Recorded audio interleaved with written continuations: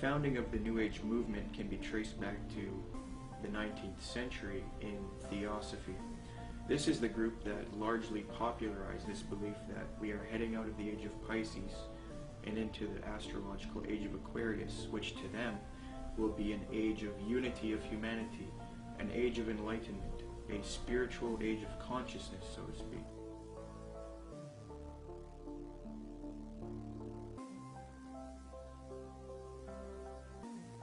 It's very clear, yes, there's going to be a one world, political, economic, religion, and this is what all the globalists, the elite, the high-level occultists, the high-level New World Order people, this is what they're wanting. This is what the Bible pretty much clearly predicts as well. And this is obviously what we're moving to. The Freemason and One World Government advocate Zbigniew Brzezinski said the following in his work Between Two Ages, quote, "The technotronic era involves the gradual appearance of a more controlled society. Such a society would be dominated by an elite, unrestrained by traditional values. Soon it will be possible to assert almost continuous surveillance over every citizen and maintain up-to-date complete files containing even the most personal information about the citizen." This admitted New World Order agenda to create a one-world government that rules over humanity is not only political, it is also spiritual and based on what is known as the New Age. This can be verified with irrefutable documentation. Most of the Christians doing this kind of work have been silenced, so I set out across the border to speak to the few researchers that are still left. There are not many researchers left who have not been deceived by the New Age. Speaking with these people helped confirm my position even more. The New World Order exists. The elite are occultists who adhere to New Age doctrines, and they are responsible for this new trend of discrediting Christianity, Jesus Christ, and the Christian New World Order researchers. There is a voluminous amount of data that I have obtained in my research on this subject, but after watching this production, do not believe me.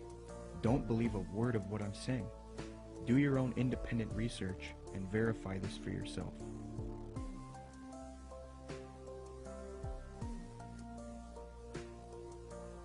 The very word secrecy is repugnant in a free and open society, and we are, as a people, inherently and historically opposed to secret societies, to secret oaths, and to secret proceedings. For we are opposed around the world by a monolithic and ruthless conspiracy. Here's the way they look at it. Here's their metaphor.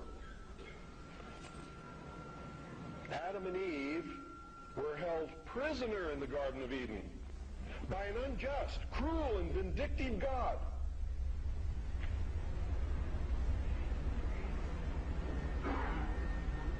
Until Lucifer, through his agent Satan, set man free from this garden by giving him the gift of intellect. Through the use of intellect, man will conquer the earth, will conquer nature, and will himself become God. It's taught in every Masonic temple in this land. Every secret brotherhood, every secret society, every mystical temple, every occult organization teaches the Luciferian philosophy.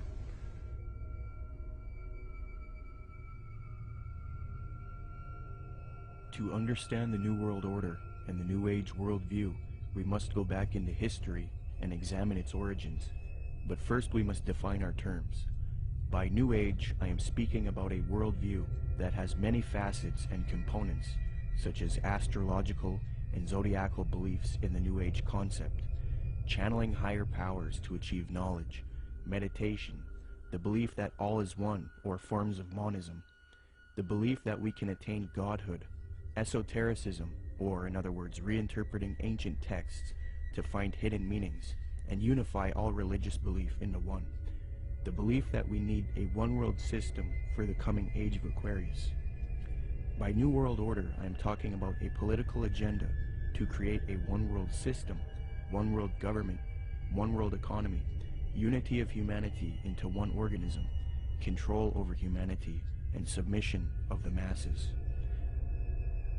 But today, the largest countries of the world have agreed a global plan for recovery and reform. I think a new world order is emerging, and with it the foundations of a new and progressive era of international cooperation. To understand what is going on today with respect to the New World Order and the New Age movement, we must have recourse to the 19th century organization called the Theosophical Society. This organization in particular, among others, is largely responsible for the modern New Age movement and the political doctrine known as the New World Order. The founder of this organization was a woman named Helena Petrovna Blavatsky. Born August 12, 1831, Helena Blavatsky was very interested early in her life in the supernatural and the mythological. From 1848 to 1858, Blavatsky would travel the world to ascertain an understanding of the religious traditions of the world.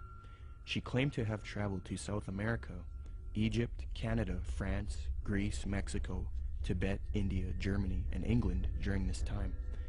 It is said that during this travel she learned many mysteries, secrets, and occult knowledge from every walk of life. With all of this new esoteric information in her mind, she moved to New York in 1873. Then in 1875, she formed an occult organization called the Theosophical Society. She founded this society with two men, Colonel Henry Steele Olcott and William Quan Judge. According to Olcott, Theosophy already had thousands of members and branches all over the world by 1885. After New York, Blavatsky and Olcott established the Theosophical headquarters in India, and the membership roster grew increasingly as time went on. Blavatsky's influence came from her writings. Her first book was entitled Isis Unveiled, published in 1877. She started a magazine in 1887 called Lucifer Magazine. Her principal work, The Secret Doctrine, was then published in 1888. She then wrote The Key to Theosophy and The Voice of Silence. These works are now famous, and contained in these writings are the doctrines that helped mold the New Age movement to what it is today. It is said that part of Blavatsky's book, The Secret Doctrine, was channeled to her through an ascended master or highly evolved being called Kuthumi, who spoke to her. Belief in these ascended masters who communicate to humanity is very crucial when studying the New Age. We will look at that doctrine later. The age concept that says humanity is leaving the age of Pisces and entering the golden era or age of Aquarius was popularized by Blavatsky. She taught Theosophists, at any rate, some of them who understand the hidden meaning of the universally expected avatars, messiahs, socioshis, and Christs, know that it is no end of the world, but the consummation of the age, i.e. the close of a cycle, which is now fast approaching. Again, the messianic cycle of the man connected with Pisces. It is a cycle, historical, and not very long, but very occult, lasting about 2,155 solar years. It occurred 2,410 and 255 BC, or when the equinox entered into the sign of Ram, and again into that of Pisces. When it enters in a few years the sign of Aquarius, psychologists will have some extra work to do, and the psychic idiosyncrasies of humanity will enter on a great change. These Theosophists teach that Jesus was simply a representation of the age of Pisces, and that he was an initiate into the mystery schools, or cults of spiritual teachers and masters. They teach people that the new age of Aquarius is going to be that of a utopia, where the world unites into a one-world system, the exiting out of Jesus' age, and the entering into a new world teacher's age. They say each age is accompanied by a great world teacher, be it Buddha, Jesus, etc. So for the advent of the age of Aquarius, they claim a new world teacher will guide humanity into it. Blavatsky was reluctant to fuse these theosophic beliefs with politics, however. Nonetheless, she still advocated monism and a one-world brotherhood, or uniting, of mankind.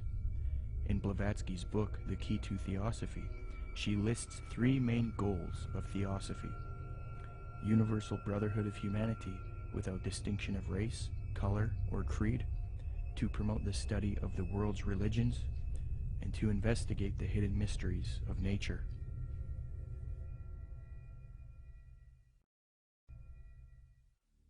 As time went on, Theosophy got very popular.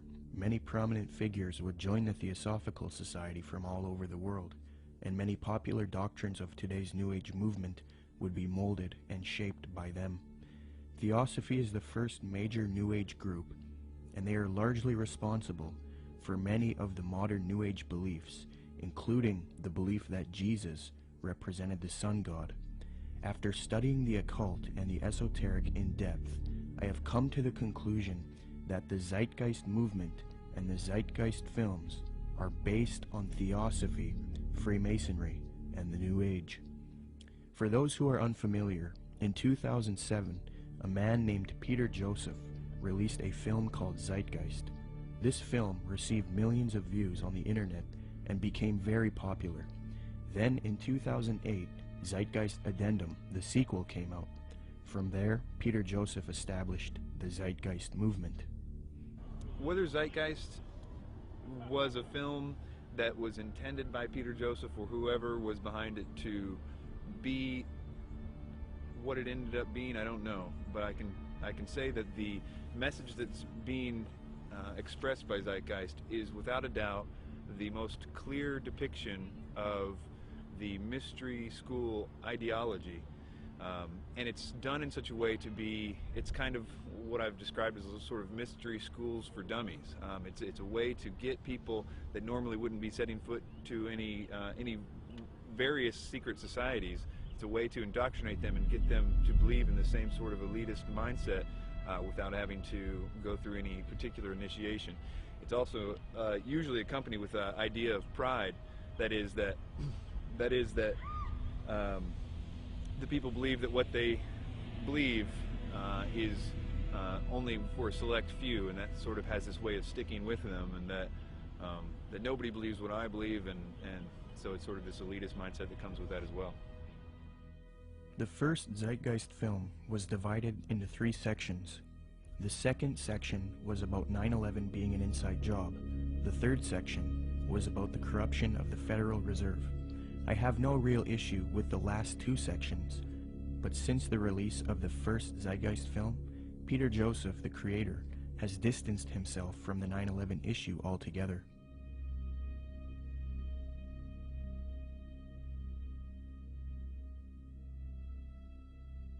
This makes me wonder if the only reason he spoke about 9/11 in the first film was to get the 9/11 Truth movement on board with his agenda. The first section of the film is what I have an issue with.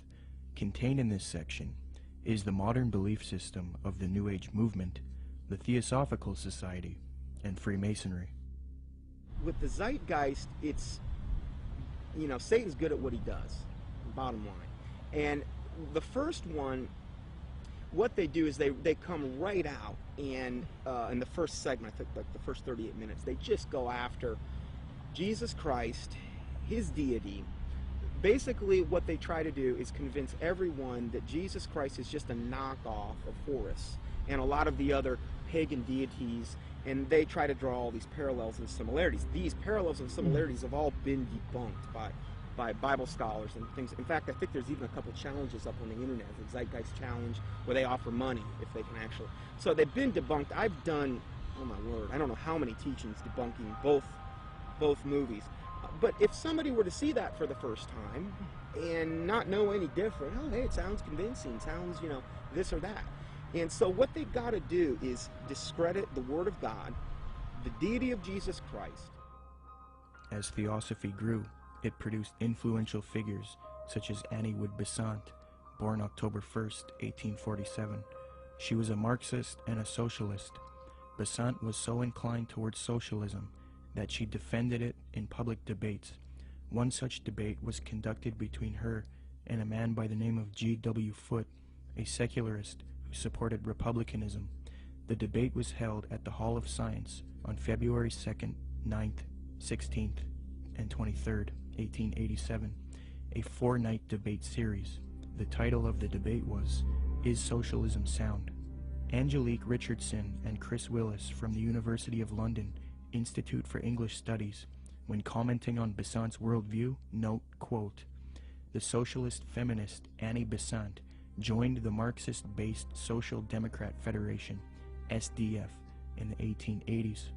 Annie Besant met the founder of Theosophy, Helena Blavatsky, in 1890, and she quickly read Blavatsky's material.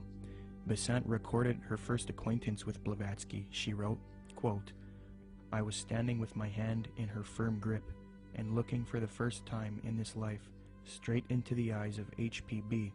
We rose to go, and for a moment veil lifted, and two brilliant, piercing eyes met mine, and with a yearning throb in the voice, 'Oh, my dear Mrs. Besant, if you would only come with us.'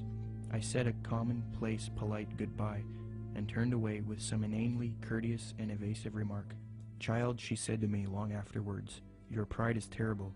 You are as proud as Lucifer himself.'" Besant would get involved with the secret society known as Freemasonry. In 1902, she established the International Order of Co-Freemasonry, and then set up lodges all over the world with theosophic underpinnings. Theosophy, Freemasonry, and Marxism are all connected with the New Age movement. Besant would become president of the Theosophical Society in 1908. As I give you the history and lay the framework for the origins of the modern New World Order ideology and the New Age movement, it is important to note the role of Freemasonry. As previously noted, Theosophy and Freemasonry were somewhat affiliated in the late 19th century. In fact, Helena Blavatsky received an honorary degree of Apprentice Companion, Perfect Mistress, Sublime Elect Scotch Lady, from the rite of adoption. She was awarded with these titles by the 33rd degree Freemasons John Yarker, M. Kaspari, and A.D. Lowenstock. Here is a reprint of the Masonic certificate that Blavatsky received.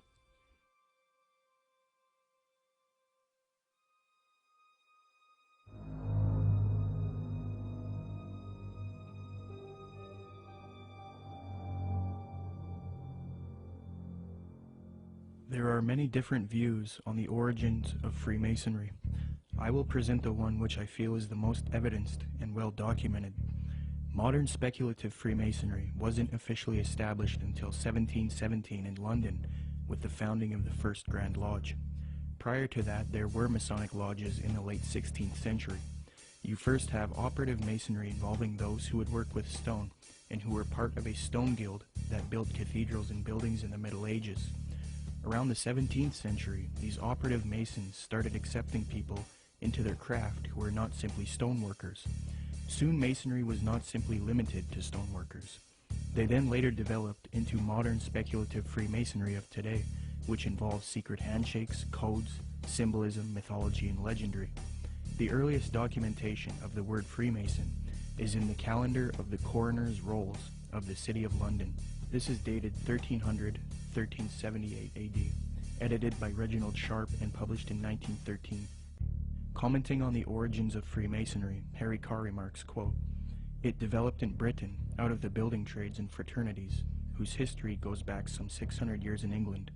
I do insist, however, that our present-day speculative Freemasonry is directly descended from the operative Masonry, whose beginnings we can trace back to the earliest record of organization among Masons in 1356. As far back as 1917, as modern Masonry was already 200 years old, people were recognizing the connection Freemasonry and Theosophy had. In the 1917 work Heresies Exposed, W. Host remarks, quote, "Freemasonry viewed doctrinally is Theosophy." With respect to the previously mentioned Zeitgeist films and the Zeitgeist movement, I will demonstrate that after a thorough study into these teachings of Theosophy and Freemasonry, it becomes quite clear that this film and movement, which has captivated so many truth seekers, is nothing more than the externalization of Theosophy, Freemasonry, and the New Age to the public. This is important because if it turns out that Zeitgeist is leading people into Theosophical and Freemasonic ideologies, it means that rather than standing against the New World Order One World Government agenda, like the anti-New World Order movement is supposed to be doing, truth seekers are actually associating themselves with ideologies and organizations that are connected to the New World Order, which I will also demonstrate. I will now qualify this hypothesis since I have laid the foundation for Theosophy and Freemasonry. Theosophists and Freemasons, as part of their esoteric doctrine, taught that Jesus was the sun god, the S-U-N, in the sky, and that he was based on the age of Pisces within the zodiac. The Marxist Theosophist Annie Besant taught her students, quote, "Then the sun retrograded into Pisces at the time of the birth of Jesus Christ, the Pisces influence being shown by cures performed by stepping into pools of water, Christ choosing his first apostles from fishermen," unquote. Similarly, the founder of Theosophy, Helena Blavatsky, taught, quote, "Ichthus, a fish. Some of his early disciples were fishermen. Pisces, a conventional shape for the fish," unquote.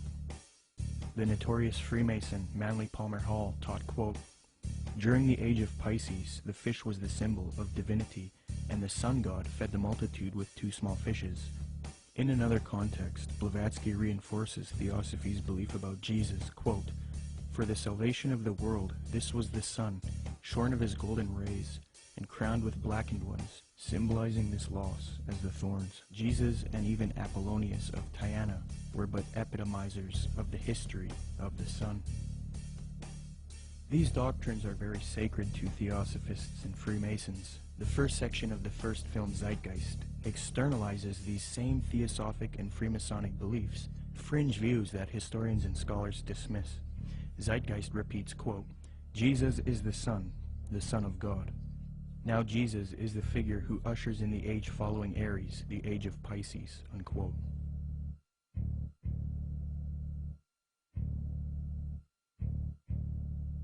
Now, noticing these parallels, one might think that Peter Joseph, the creator of Zeitgeist, was ignorant of the fact that he was indoctrinating people into Theosophic and Freemasonic ideologies. However, Zeitgeist is not only spreading these doctrines of Theosophy and Freemasonry, but Zeitgeist also associates itself with prominent Theosophists, Freemasons, New Agers, and occultists in their own transcript for the film, leaving little debate as to the connection it has to these groups.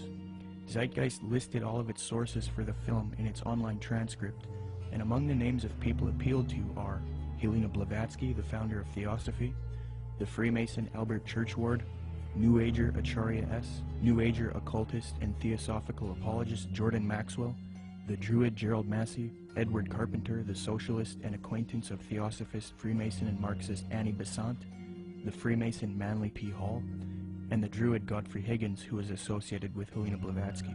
The fact that Zeitgeist chooses to associate itself with these prominent Freemasons, Theosophists, New Agers, and occultists shows us why the Truth Movement should avoid them. It is a well-known fact that these same esoteric organizations have openly stated that they wish to indoctrinate the public with their esoteric religious ideas and externalize their views to humanity, eventually resulting in a new world order for the age of Aquarius, which they all await with anticipation. Let me qualify this. As Theosophy grew, it produced another prominent woman named Alice Bailey, born June 6, 1880.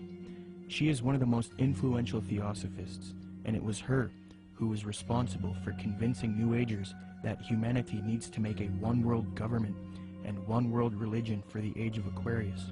In order to achieve this system, she deemed it necessary to teach humanity the religion of Theosophy and Freemasonry, the same doctrines that Zeitgeist is now spreading. Speaking on the spiritual war between esotericists and people who refuse to accept the New Age, she says, quote, "It will be fought largely with mental weapons and in the world of thought. It will involve also the emotional realm from the standpoint of idealistic fanaticism. This inherent fanaticism will fight against the appearance of the coming world religion and the spread of esotericism. It must not be forgotten that only those souls who are on the probationary path, or the path of discipleship, will form the nucleus of the coming world religion. There is no question, therefore, that the work to be done in familiarizing the general public with the nature of the mysteries is of paramount importance at this time. When the Great One comes with his disciples and initiates, we shall have the restoration of the mysteries and their exoteric presentation as a consequence of the first initiation." Alice Bailey also reveals that Freemasonry is meant to produce advanced occultists and is in accord with the theosophical goals. Quote, "The Masonic movement, when it can be, divorced from politics and social end, from its present paralyzing condition of inertia, will meet the need of those who can and should wield power. It is the custodian of the law, it is the home of the mysteries and the seat of initiation. It holds in its symbolism the ritual of deity, and the way of salvation is pictorially preserved in its work. The methods of deity are demonstrated in its temples, and under the all-seeing eye, the work can go forward. It is a far more occult organization than can be realized, and it's intended to be the training school for the coming advanced occultists, unquote. The main source of Zeitgeist is Acharya S. She advocates one world system under the age of Aquarius. This is very interesting, as the main source that this traces back to is Alice Bailey. You can trace this to one book in particular called The Externalization of the Hierarchy, which advocates this extensively and even openly admits this in the first few pages of that volume. In his book, The Arcana of Freemasonry, the Freemason Albert Churchward that Zeitgeist appealed to gave the following admission, quote, "Can the unity of the world be accomplished by Freemasons? Yes, and by Freemasons only." There is a common misconception about Freemasonry, and that is that many people believe it is merely a friendly fraternity where men meet up to network and socialize. This is partially true, but there are elements of Freemasonry that are not so innocent. The Freemasonic Society was infiltrated in the late 18th century by an organization called the Order of the Illuminati. There's a lot of fictional, embellished information about the Illuminati, but if you sift through all of the data, there are some very important key facts. All historians will grant that the Illuminati certainly existed in Bavaria, Germany, and that it was founded in 1776 by a man named Adam Weishaupt. This organization was a type of revolutionary organization that sought political and societal reform. The order grew and became very popular. It was then outlawed by the patriotic ruler of Bavaria, Duke Karl Theodor. He issued 3 edicts against the Illuminati, the third being in 1787. Illuminati writings were discovered after raids of castles and arrests of members. These writings were then translated from Old High German by 2 men contemporary with the Illuminati, Abe Barrel and John Robison. The writings were published in their works, Proofs of a Conspiracy and Memoirs Illustrating the History of Jacobinism.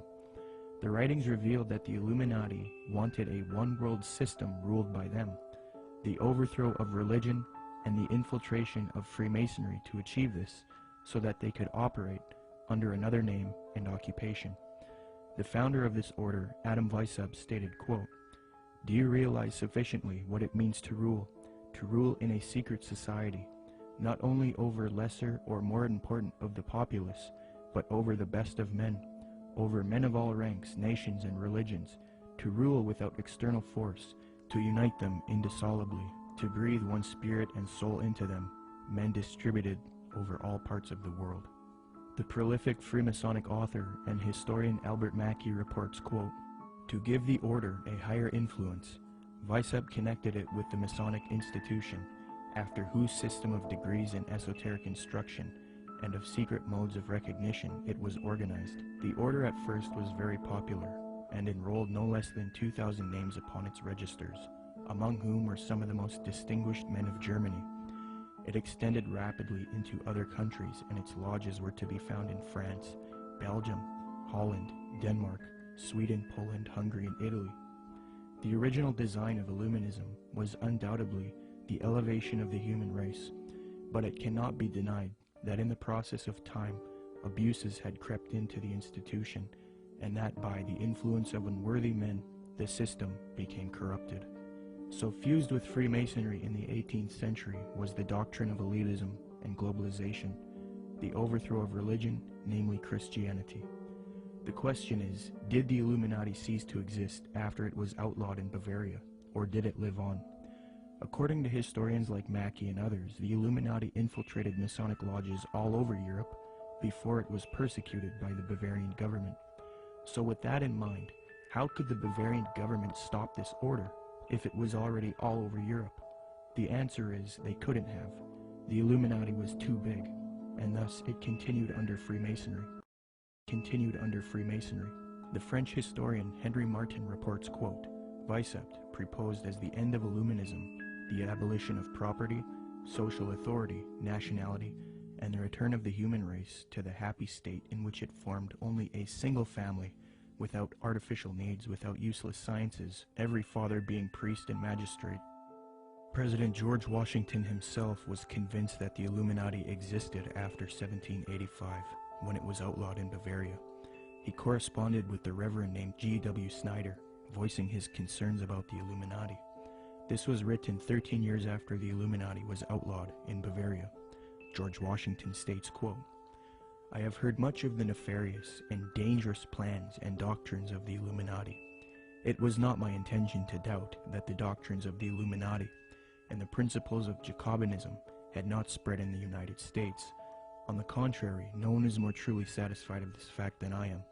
The idea that I meant to convey was that I did not believe that the lodges of Freemasons in this country had, as societies, endeavored to propagate the diabolical tenets of the first or the pernicious principles of the latter, if they are susceptible of separation, that individuals of them may have done it, or that the founder or instrument employed to found the democratic societies in the United States may have had these objects and actually had the separation of people from their government in view, is too evident to be questioned. From President Washington, we learned that he believed the Illuminati was nefarious and dangerous. He had little doubt about the Illuminati spreading to America by 1798. He was truly satisfied, or in other words, convinced of this fact. He thought it was too early for whole Masonic lodges to be striving for Illuminati objectives, but he did believe individuals within American lodges were certainly doing so. He believed the founder or instrument used to found the democratic societies in the USA may have had Illuminati objectives in mind, and that they had the separation of the people from their government in view. According to Washington, these things are too evident to be questioned. That same year, the president of Yale University, Timothy Dwight IV, spoke out against the Illuminati. Quote, the great and good ends proposed by the Illuminati as the ultimate objects of their union are the overthrow of religion, government, and human society, civil and domestic. Joseph Willard, the president of Harvard University, said in a speech in New Hampshire, quote, there is sufficient evidence that a number of societies of the Illuminati have been established in this land of gospel light and civil liberty, which were first organized from the Grand Society in France. They are doubtless secretly striving to undermine all our ancient institutions, civil and sacred. These societies are closely leagued with those of the same order in Europe. They have all the same objects in view. The enemies of all order are seeking our ruin. Should infidelity generally prevail, our independence would fall, of course. Our republican government would be annihilated. Speaking on this new Freemasonry that was infiltrated by Illuminati elitist doctrines, John Quincy Adams, the 6th President of the United States, remarked, quote, I do conscientiously and sincerely believe that the order of Freemasonry, if not the greatest, is one of the greatest moral and political evils. Because this Illuminati doctrine of globalization and societal reform was fused into Freemasonry, later prominent Masons started voicing their anticipation of a new world order, one world system.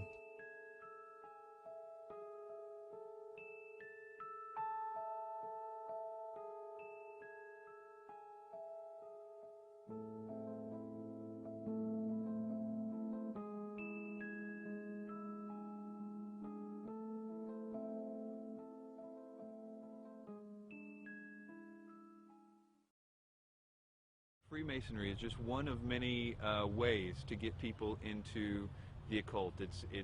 But even more than that, it's able to get them into a really sort of packaged way to produce people that can be used in a more mechanical way in the system. That is, that they can be put into places of power to turn a lot of the gears and things like that.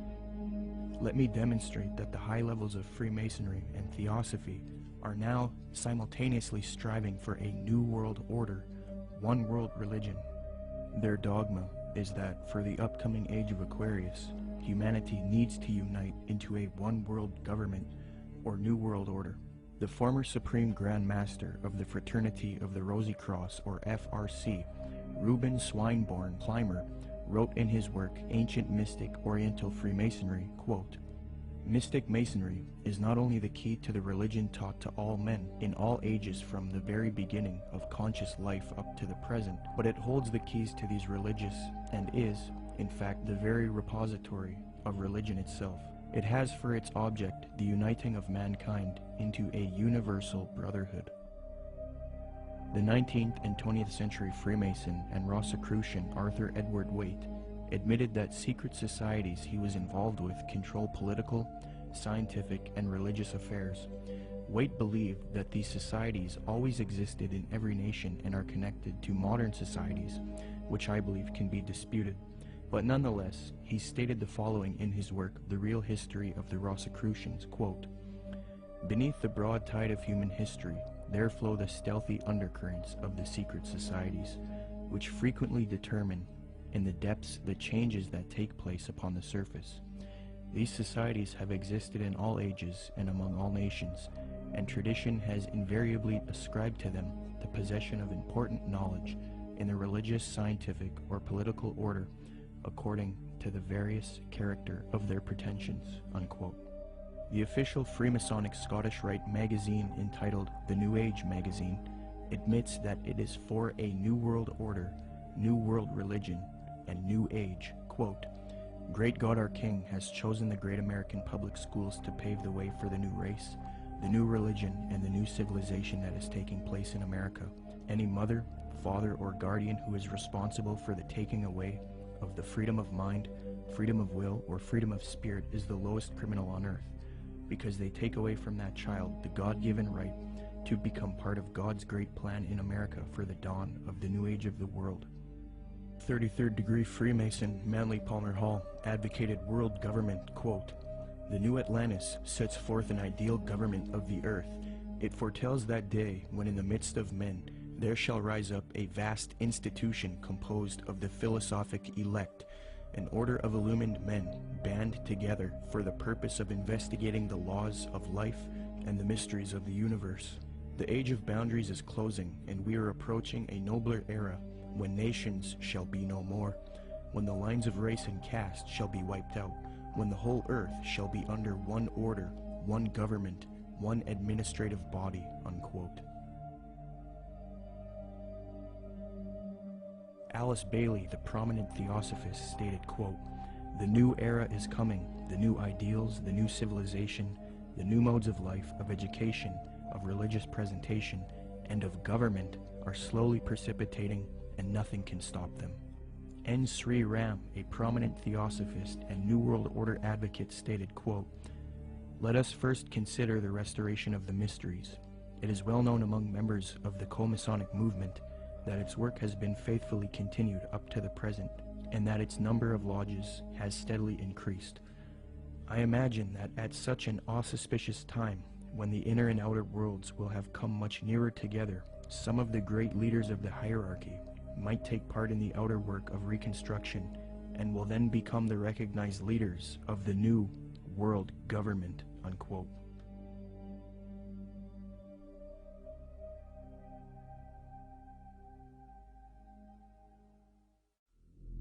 Now, this was written by Manly P. Hall.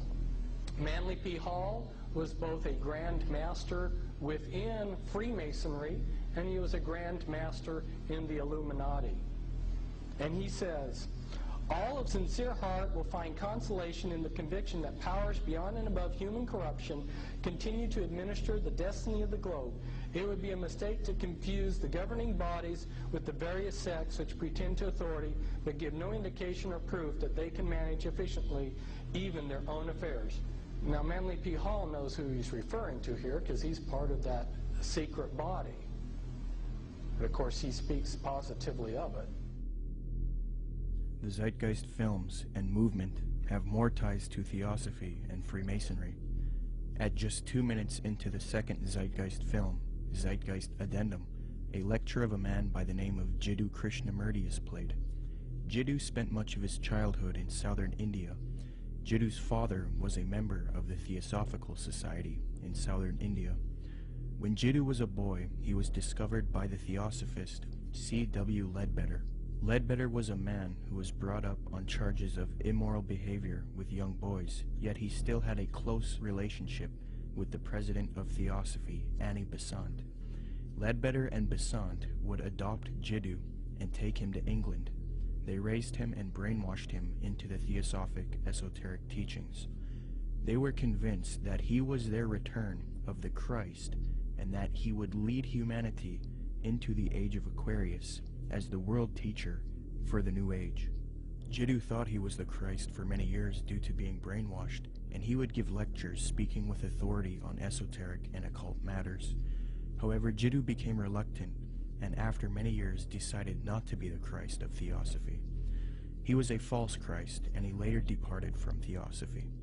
He did retain connection with Theosophists, and devoted the later part of his life to giving lectures on New Age spirituality. He authored many books on the subject as well. The fact that Zeitgeist would include this man in their film, knowing his deep connection with Theosophy, should demonstrate to everyone the New Age esoteric nature of the Zeitgeist films and movement. One of the main claims of Zeitgeist is that the gospel story of Jesus is derived from the stories of previous pagan gods. They attempt to draw parallels between Jesus and these other gods to try to show that the story of Jesus is just a copycat story. Subsequently, these claims have all been debunked by scholars and historians. Zeitgeist appealed to Acharya S. for this theory. These claims can be found in her book, The Christ Conspiracy. Interestingly, it was the founder of Theosophy, Helena Blavatsky, and the Marxist theosophist Annie Besant who popularized these types of arguments and inserted them into the New Age movement. The emphasis is removing uniqueness from Jesus Christ and Christianity, because to the New Ager, humanity is leaving Jesus' age of Pisces, which they believe is now evil. According to them, many people are still stuck believing in Christianity, holding the world back from their new spirituality. So what better way to fix this problem than to discredit the avatar of the previous Piscean age, Jesus Christ? They will even go as far as to say Jesus never existed in order to lead people away from Christianity. Thus the masses are now on board with the new Aquarian world order. Even modern New Agers around today will utilize this deception. New Age spokesman and disciple of Alice Bailey in Theosophy, Benjamin Krem, states, quote, "The 5 major initiations which take one to liberation have their symbolic enactment in the life of Jesus. That is what the gospel story is really about. It is a very ancient story and has been presented to mankind again and again in different forms long before the time of Jesus," unquote. When one compares Acharya S.'s book, The Christ Conspiracy, to Helena Blavatsky's book, Isis Unveiled Volume 2, it becomes quite clear where Acharya got much of her material. For extensive rebuttals to this copycat thesis, see the following books, videos, and articles. The 3 things that Zeitgeist adopts from Theosophy and Freemasonry with respect to theology are 1. The belief that the story of Jesus was copied from other religions. 2. That Jesus is a representation of the sun. And 3. That Jesus ushered in the age of Pisces. It makes sense why Theosophists would spread these views, because they want a world system for the age of Aquarius, and in discrediting Christianity and connecting Jesus to astrology, they can get apostate Christians on board. But why then does Zeitgeist spread this propaganda? Interestingly, the creator of Zeitgeist, Peter Joseph, has wanted a world system or utopia paradise on earth since the release of the first Zeitgeist film. And as far as the spiritual aspect of life, you know, we're all pure spirituality. Of course there's something outside of understanding, because we're just a fragment inside this larger whole. I end Zeitgeist with a very positive note. We're talking about the consciousness, the whole consciousness, because you can scientifically orient yourself and even more importantly, spiritually orient yourself into a collective consciousness to realize that we're all one organism. And the moment people stop dividing themselves up and generating religious division, political division, the moment people stop fighting amongst themselves is the moment paradise will dawn. Similarly, Zeitgeist's main source, Acharya S., has advocated the New Age of Aquarius that the elitist Theosophists and Freemasons await in her 1999 work, The Christ Conspiracy, quote, "But the future is now, and the maneuvers are being unveiled. As far as Christianity's role in this new age, Carpenter states, quote, Christianity, therefore, as I say, must either now come frankly forward and acknowledge its parentage from the great order of the past, seek to rehabilitate that, and carry mankind one step forward in the path of evolution, or else it must perish. There is no alternative. Despite the vilification of the so-called New Age movement, the fact is that we are entering into a new age. The age referred to in the gospel tale is that of Pisces, and through contrivance and duplicity, coercion and slaughter, the fish god Jesus, the Piscean solar avatar, has indeed been with us, but now it is the close of the age, and his time is over. As Hancock says, we live today in an astrological no man's land, at the end of the age of Pisces, on the threshold of the new age of Aquarius. Traditionally, these times of transition between one age and the next have been regarded as ill-omened. Ill-omened verily, as the ongoing destruction of the earth and the endless warfare over ideology will indeed produce the Armageddon so long awaited and planned by those who cannot live for today but must look towards an afterlife. By realizing the cultural unity revealed behind the Christ conspiracy, however, humanity can pull together and prevent this fall to create a better world. 75 years before Zeitgeist's main source Acharya S. penned that admission, the former president of Theosophy, Annie Besant, wrote something almost exactly the same, quote, The equinox will reach the sign of Aquarius, coinciding the great cycle of influence. We can indeed hope to put a complete end to all the influence of the past cycle, with its tyranny, slavery, war, and cruelty. This is one of the great transitional epochs, and the karma before humanity as a whole, and to every group in particular, is to reform itself from slavery, female subjection, war, and cruelty, and establish a civilization based on humanness and interest in spiritual matters. New Age author Gail Fairfield explains what is expected for the supposed upcoming age of Aquarius. She states, quote, The sign of Aquarius is the sign of focused concepts. It concentrates intently on developing its ideas and then applies them to the betterment of humankind. It has talent for rapidly correlating all the information available into a political, ethical, spiritual, technological system. Aquarius creates optimal features for individuals and for humanity because it needs alternatives, possibilities, and something to move towards. Overall, Aquarius is a reformer and visionary working to create its utopia, unquote. Isn't it interesting that right after Zeitgeist promoted the Aquarian New Age concepts in the first Zeitgeist film, the second film, Zeitgeist Addendum, then goes on to convince its followers to strive for a similar Aquarian one-world system, New World Order, called the Venus Project. Indeed, the solution offered by the film Zeitgeist Addendum is that humanity needs to unite into the very same thing that Theosophy and Freemasonry wants it to unite into, a one-world universal esoteric brotherhood of humanity, a New World Order. I think that the coming new system that the occultists speak of it's really crucial to understand that what they're talking about is not going to look like what we think the New World Order's control grid will look like. They believe that the utopia will be one of a spiritual utopia, one that's free of wars and religion. It's easy for a lot of people to have idealistic views about it. They're going to make it sound wonderful, which is what like the Zeitgeist Addendum particularly does in the second part, where they talk about, oh, we're going to like, you know, have free energy, we're going to provide your needs. There's been talk about erasing all debts. That's more the Venus Project is more what is it Jacques Fresco. That's more what he's into. Okay, this is his utopian approach to the New World Order, where I literally heard him say on the addendum where he said we'll have no laws. All laws will be done away with. I thought to myself, oh, law. I mean, nobody's going to have to work. It's just going to sound like wonderful. I mean, he's talking about how are people going to make livings. Well, you won't have to, and you can do whatever you want. And if you make a painting, you can give it to somebody. I mean, this utopian world, but it's going to come at an extremely high price regarding the mark of the beast. It's not going to be what they're cracking it up to be. And most likely, it's only going to come with massive depopulation.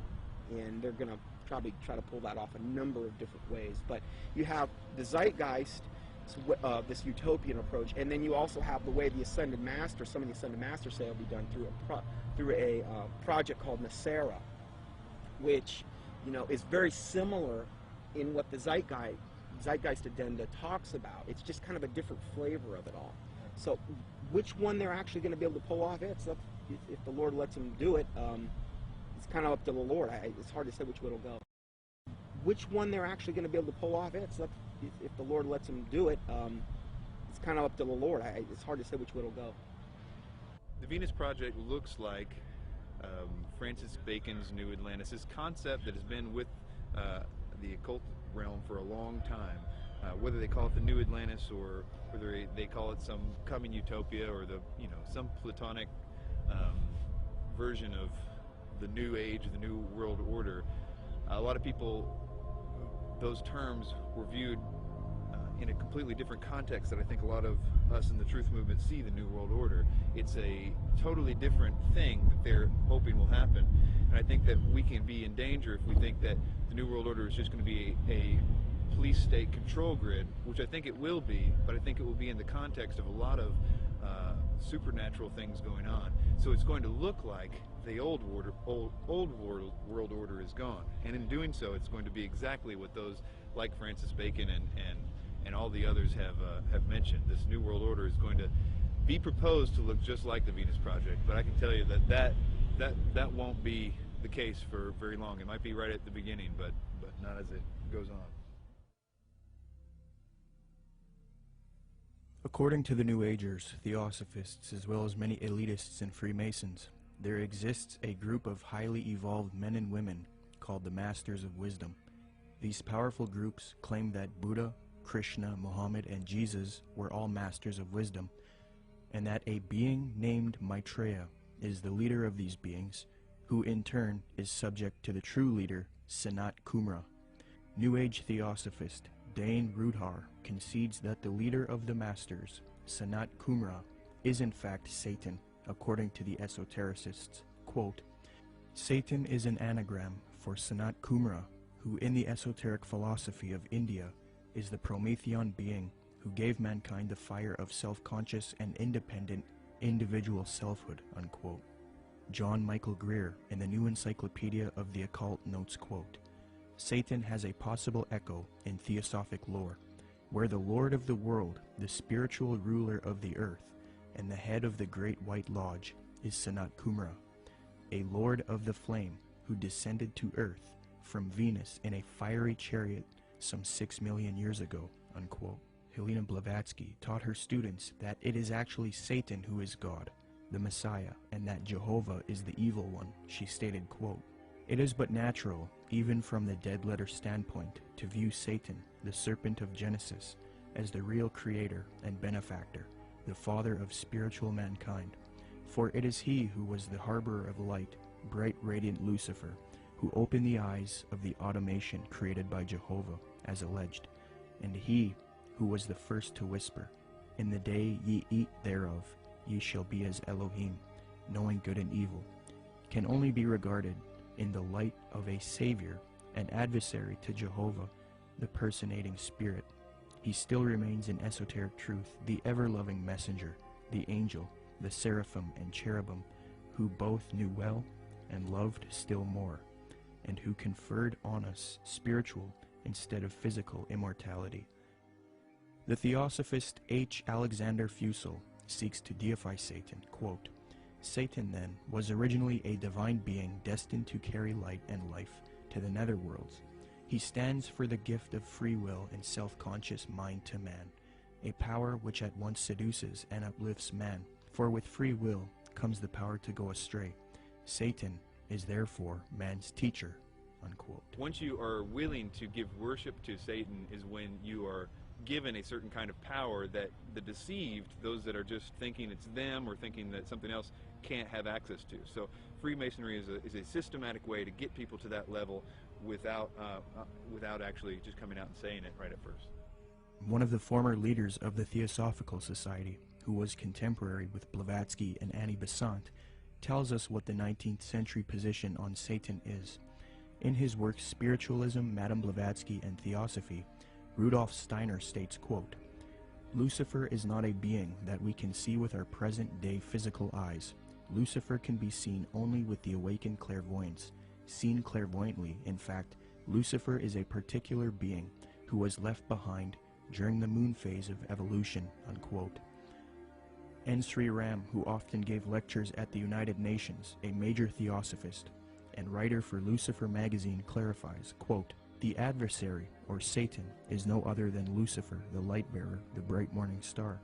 He is the initiator, awakening the divine faculties of intellect on man. He is the king of the fallen angels, spirits from higher spheres, who descended among primitive mankind of the third race, to develop in man and endow him with his self-conscious mind, or manas," unquote. Theosophy teaches that Satan or Lucifer is actually a divine being who saves humankind and brings him consciousness. Many modern influential New Agers who were deceived by Theosophy repeat the same theme. David Spangler admits that Lucifer is a being that New Agers honor, and the light of Lucifer is the light of God. Quote, "The true light of Lucifer cannot be seen through sorrow, through darkness, through rejection. The true light of this great being can only be recognized when one's own eyes can see with the light of the Christ, the light of the inner sun. Lucifer works within each of us, trying to bring us to wholeness. And as we move into a new age, which is the age of man's wholeness, each of us, in some way, is brought to that point which I term the Luciferic initiation, the particular doorway through which the individual must pass if he is to come fully into the presence of his light and his wholeness. Lucifer comes to give us the final gift of wholeness. If we accept it, then he is free, and we are free. That is the Luciferic initiation. It is one that many people now, and in the days ahead, will be facing, for it is an initiation into the new age. It is an initiation of leaving the past and moving into the new, shedding our guilts and fears, our anxieties, our needs, our temptations, and becoming whole and at peace, because we have recognized our inner light and the light that enfolds us, the light of God," unquote.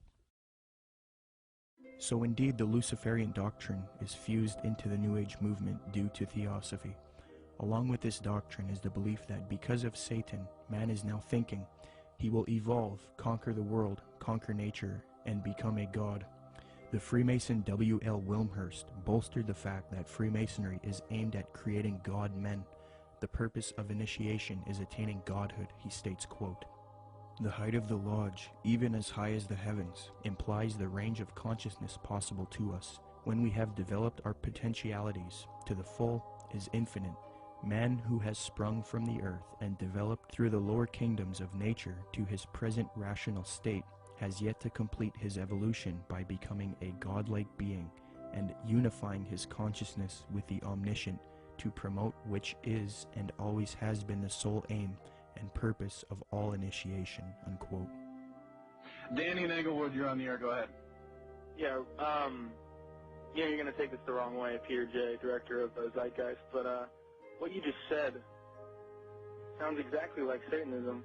Not saying that you are satanic. I don't believe in Satanism. If you want to use that word, you know what Satanism that's your own, that's you know your what own idea. Satanism is?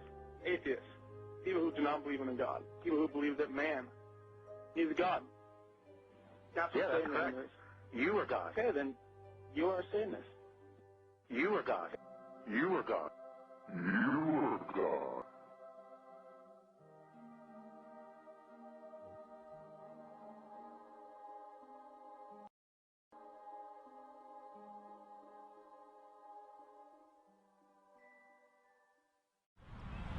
Okay, can you tell us about Benjamin Creme, Maitreya, and the Ascended Masters? Okay, well, Benjamin Creme was born in 1922, and in 1959 he was contacted by one of the masters, Ascended Masters. They don't really get real specific who actually contacted him first, but what they did is asked him if he wanted to participate in this coming, where he would actually talk about and be kind of like the John the Baptist for the coming Maitreya, as they called him. And he accepted, and in 1975 he started Share International, which is kind of like the mouthpiece for who they call Lord Maitreya. And in 1977, Maitreya actually made according to them, his physical appearance, where he came from the Himalayas, and supposedly he occupied a body, came in on a plane from the Himalayas, and they even used that whole thing about him coming from the Himalayas in 1977 to say that this fulfills the Bible scriptures where it said he will come in the clouds, which is such a joke. But so Maitreya has really been, or Benjamin Creme has really been, like, again, the kind of like the false version of John the Baptist for Maitreya ever since, really. He's went around, lectured. He lectures at different and various occult groups. He lectures at Masonic halls and these types of things, places where he feels comfortable at. And he's been trying to herald in Maitreya for a long time. They've made many predictions where, you know, they said, okay, he's most likely going to appear within this time frame, and most of the time they've just got everything wrong. So they'll say, well, he could appear any moment, but we don't really know when. The New Age religion, folks, is going to have a worldwide leader, a charismatic political and religious leader that they call Lord Maitreya. At least so far, that's who they call him, or that's what they call him. This individual, as far as I know, has not made his public appearance yet, but the New Agers claim that he is on the earth at the present time. They claim that he came to live with the Asian community in East London, England, in July 1977 by descending from his ancient retreat in the Himalaya mountains along the border of India and Tibet. They further believe that his imminent emergence into full public view is assured.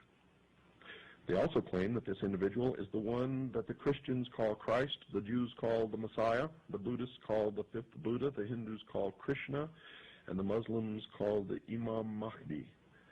In other words, all of the major religions of the world are awaiting the arrival of this one individual. And they say that he is on the earth now, patiently waiting for the appointed time to reveal his existence to the peoples of the world. They say that he will apparently assume the leadership of all of these religions, and when he does, he will create a one-world religion. The New Agers have written that in the esoteric tradition, previously defined as being intended for or understood by only a chosen few as an inner group of disciples or initiates, in other words, the esoteric means hidden.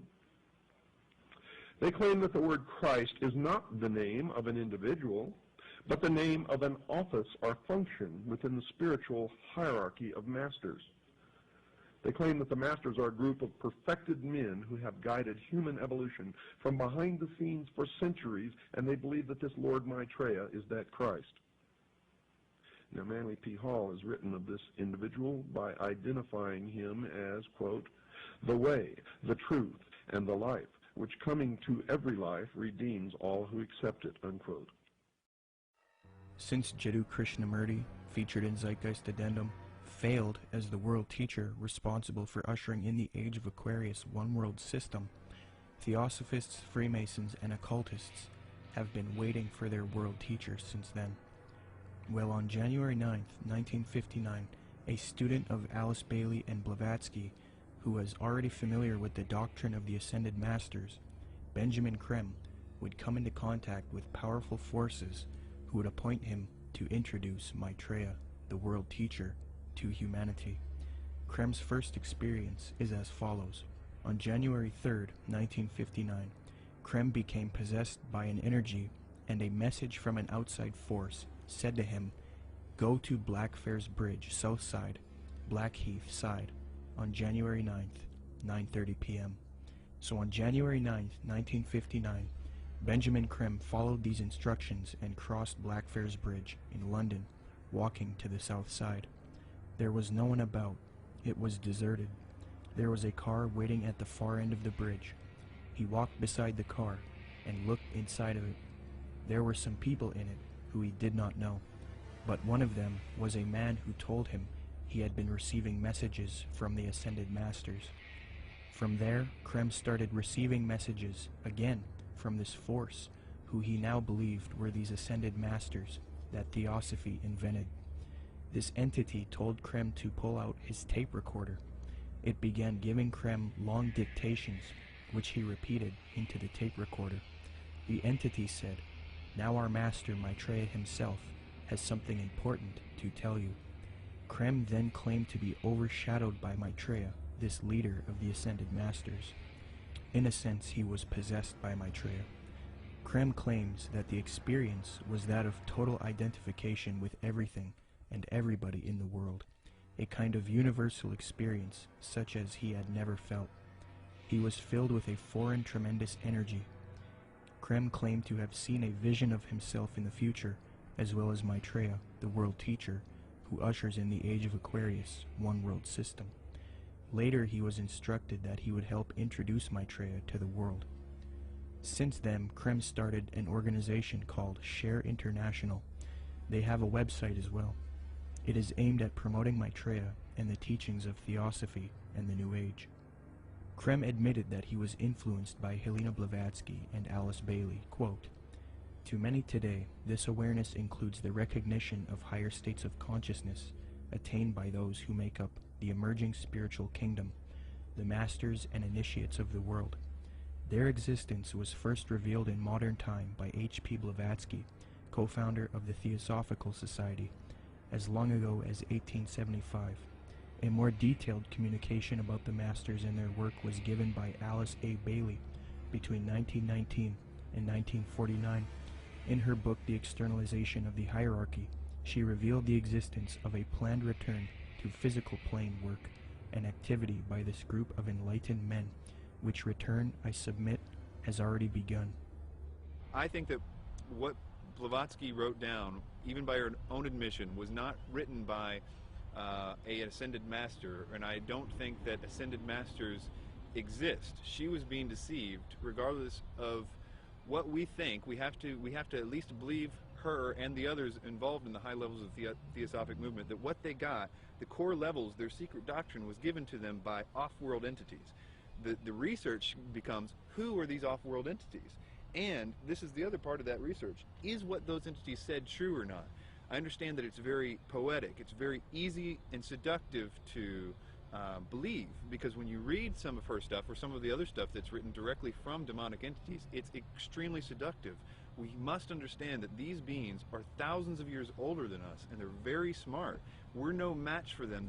The smartest of us are no match for the intellect of them, but their desire is to deceive us. So we are outmatched in this regard. So that's why it's seductive when we read it. The most current thing that they're doing right now has been since last December, this supposed star sign, which is really, again, they just try to knock off from the Bible as much as they possibly can. This is like a knockoff of the Star of Bethlehem in the Bible. And in that, they're saying that there's going to be these, what they call star-like luminaries in the sky. 4 of them that are in different quadrants of the earth. They're 5 times the size of a football field, according to them. And people are seeing these things, and they've got a whole, up on shareinternational.org, they've got a whole section devoted to this, where people are sending in pictures, there's stars, and what they are spaceships. That's what they're admitting to at this point. And more people are seeing them, but evidently this is going to be the thing that really heralds in Maitreya, up until they have the day of declaration when he makes his public emergence. And this is supposed to be on the major media? Yes. When he makes his big debut, what they've said is they've already secured an interview with a major U.S. TV network, and then one in Japan, I believe, as well. So during this time, he's going to, the day of declaration, supposedly he's going to basically telepathically communicate with masses and masses of people. They supposedly will hear them in their own language. They'll be able to comprehend him. Supposedly they'll feel this infinite love. And there will be many also supposed miraculous healings taking place around the world at the same time. And most likely, this day of declaration will come on the heels of some or multiple cataclysmic events, most likely the first thing being an economic meltdown, which is what he's predicted way back from the 90s. And what does Maitreya promise? What does he want to achieve? What are his goals? Well, you know, if you look at the word Share International, which is the name of the site, you know, if you read what he says, he wants the world resource sharing of the world. He doesn't want there to be any, supposedly, any inequalities of the world. You know, you look at what he says that he is. He says that he is the Christ that the Christians are expecting, the Messiah the Jews are expecting, the fifth Buddha the Buddhists are expecting, Krishna the Hindus are expecting, and Imam Mahdi that the Muslims. So he's kind of everything rolled up into one. He's like the total package. He's going to give and be able to unite and put all of the various and different religious systems, the major religious systems, all on the same page. And the Bible says that when the Antichrist comes, he's going to come with all lying, power, signs, and wonders. And he's going to deceive the whole world by which the miracles that he's going to do. So he's taking credit for every single miracle that's going on right now, whether it's a Marian apparition, which would be to him the ascended master Mary, because he's got a whole band of masters that he's going to be coming with. And so he's taking credit for everything. Every miracle that you're seeing going on in the world right now, whether it's a Catholic miracle, whether it's some type of energizing of the water, whether it's some bleeding statue, whether it's, you know, some Hindu miracle, crosses of light, they've seen those in different and various churches. He's taking credit for all of that. And I think what we're going to see and what he says we're going to see, in fact, I just read this in their last report, Benjamin Krem has said also with the UFO sightings, he says they're going to increase up until the time when he makes his emergence. And he's going to come on the scene. He's going to be able to explain all of this and try to put everybody on the same page. My personal belief is that the Antichrist, or the world teacher, will seem to actually be Christ, in the sense that he will seem to destroy some old system and some old bad leader. And I think that it will somehow be tied to, I don't know, this is my guess, but it will somehow be tied to some sort of fake or alien invasion or presence of some sort. I don't know if Maitreya fits all those characteristics, but I wouldn't doubt it for 1 minute if he was. My personal opinion is that Krim is somebody who is being talked to by entities and is doing what he's told to be doing. But you have to understand, a lot of times with people that are channeling entities like that, they oftentimes do and say things that don't come true, because the demons themselves don't know when. They're still on a timeline that they can't tell when something's going to happen. So they're always keeping something ready to happen in case when they finally can. So in the case of that, like if you look at the Blossom Goodchild thing and these ideas that were consistently put out by channel entities and things, it never came to pass because they don't have control over the timeline. They just have to always be ready. According to Share International and the Swahili edition of the Kenya Times, Maitreya made an appearance June 11, 1988, to a local congregation in Nairobi, Kenya. The editor of the Swahili edition of the Kenya Times, a veteran journalist named Job Matungi, witnessed the event and took some pictures. A summary of his article as it appeared in his newspaper is as follows, quote, "The tall figure of a barefooted, white-robed and bearded man appeared from nowhere and stood in the middle of the crowd. He was walking slowly towards the new church building, away from the tent. Mary walked with him side by side. I stared at the stranger without blinking, wafted on top of his turbaned head, his feet, and his entire body. In clear Swahili, which had no traces of accent, the strange man announced that the people of Kenya were blessed, especially those who had gathered at the venue that afternoon. We are nearing the time of the reign of heaven, but before that I shall come back and bring a bucket full of blessings for all of you, the man said. A bucket full of blessings is a reference to the astrological symbol for the age of Aquarius. Aquarius is depicted as a man carrying a pitcher of water in the zodiac. But continuing with the article, quote, "It took the crowd nearly 20 minutes to recover after the man left the meeting in a car belonging to a Mr. Gurnam Singh, who offered to give him a lift. But it will probably take Mr. Singh his lifetime to recover from the shock he got 2 minutes later. On reaching the bus terminus, the man informed Mr. Singh to stop the car. On getting out, he walked a few paces beside the road and simply vanished into thin air." New Age expert and attorney Constance Cumby, author of The Hidden Dangers of the Rainbow, had stumbled onto this Maitreya figure in her research in the 80s. Her book, published in 1983, was the first book to give a full expose on Maitreya and Benjamin Creme. On page 21, she notes a Denver Post interview conducted by Jack Kissling speaking to Benjamin Creme, quote, "Won't the advent of a single world religion annoy the hierarchies of all the current Orthodox religions?" I asked. "More than that," he said with a smile. "They will be shocked. I dare say they will be among the last to accept the Christ." But according to Kissling, Creme said confidently, "It will come because it must. We will begin to live," he said, "as potential gods," unquote.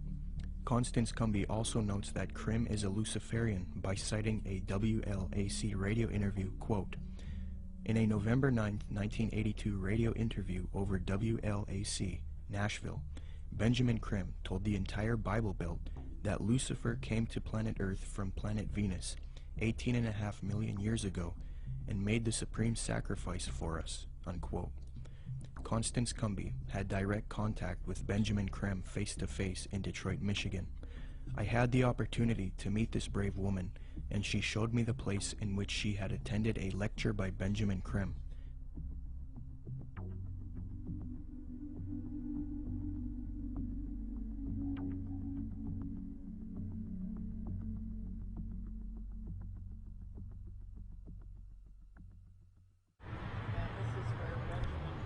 Spoke to a packed crowd November 4th, 1981, and Bread for the World was out there, had tables, Oxfam, every group you could think of was sitting out there. They were passing out brochures. The brochure is reproduced in both of my books. Benjamin Creme came in. He gave some kind of a hand signal that looked something like that, and I thought at first he was waving to somebody, but the crowd appeared to flip into a trance. And then he started speaking, and he was rotating his head. I can't even come close to, it was as close to a 180-degree spin of a head as I've ever seen. How his head didn't snap off, I'll never know. And then he started talking and laying out what they were doing, and the crowd was thoroughly under several degrees of hypnosis. I knew many people in that crowd from political circles and social circles in Detroit for many years, and I talked to some of them, and the common denominator was they had all been through one kind of mind control course or another, one type of New Age class or another. I talked to a fellow behind me, Al Banks, and I said, he was a film producer doing much of what you're doing now. And I said, "Al, I know what I'm doing here tonight. What are you doing here?" And he said, "Because, Connie," he said, "I'm taking a course in miracles at Unity." He said, "I've joined Unity. We're all required to take a spiritual growth class. I've taken a course in miracles. It was a class requirement that we be here tonight." And then he said, "You know, Connie, I would have thought a progressive person like you would have joined Unity a long time ago." Well, then I started explaining to him exactly why I haven't, and he snapped, the glaze snapped off his eyes for a little bit. He thanked me for telling him. And then Creme came in and started doing his thing. And at the end of the evening, they had been promised an appearance by Maitreya, the Christ, channeled through Benjamin Creme himself, that Maitreya would speak through Benjamin Creme. And Benjamin Creme asked everybody to join in the recitation of the Great Invocation. I told the woman standing next to me, "I will not say the Great Invocation with you. I will say my own prayer." And she was a nice little prim, proper-looking black lady. Could have been active in any Black Baptist church in Detroit from her appearance. And she said, "No, that's all right, honey. We all have our own paths to God." I said, "The reason I will not say the Great Invocation with you, the scriptures clearly said that the Antichrist would come denying that Jesus was the Christ." I said, "Benjamin Creme has denied it all evening and said Jesus was not the Christ and this Maitreya was." And the woman said what Benjamin Creme had said. She said, "There's been many Christs." I said, "There's been one, and his name is Jesus." And people turned from rows around and looked at me like I was crazy. And So then Benjamin Creme came in and he started the nearly close to 180 degree spin of his neck again. And the crowd's hypnotic trance appeared to deepen, and he started out from the point of light within the mind of God, may light spring forth ever. And I went nice and clear, and I'll tell you, the acoustics in that building are wonderful. I said, Our Father, who art in heaven, hallowed be thy name. Thy kingdom come, thy will be done. And I did that each and every stanza. And they got down to the last part, said, may light and love and power fulfill the plan on earth, and may it seal the door where evil dwells. And I said nice and loud and clear, I said, may Jesus Christ return to earth and end the evil present in this room tonight. Well, the funniest thing happened, or may I say it did not happen.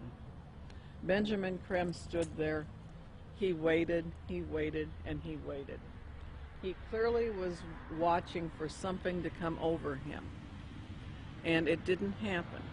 And he finally said to the crowd, he said, that will be all. You are dismissed. And of course everybody was extremely disappointed. And we went to the door and I went walking out. I had brought some co-spies with me. They were kind of chickening out at that point and waiting for me. They were afraid of being ripped limb to limb. And I stood down there, and a number of those people knew me, and they were just furious with me. And I stood there calm, cool, and collected, and I said, well, I said, if you're Maitreya the Christ, Betreya the Christ, or whatever his name's supposed to be, or everything he's cracked up to be, one lousy Christian in there saying the Lord's Prayer shouldn't have stopped him. And Benjamin Creme has never come back to Detroit, although that was probably the most successful night financially and crowd-wise that he'd had in the United States. The following is a video taken in Iraq at a Shia Muslim festival.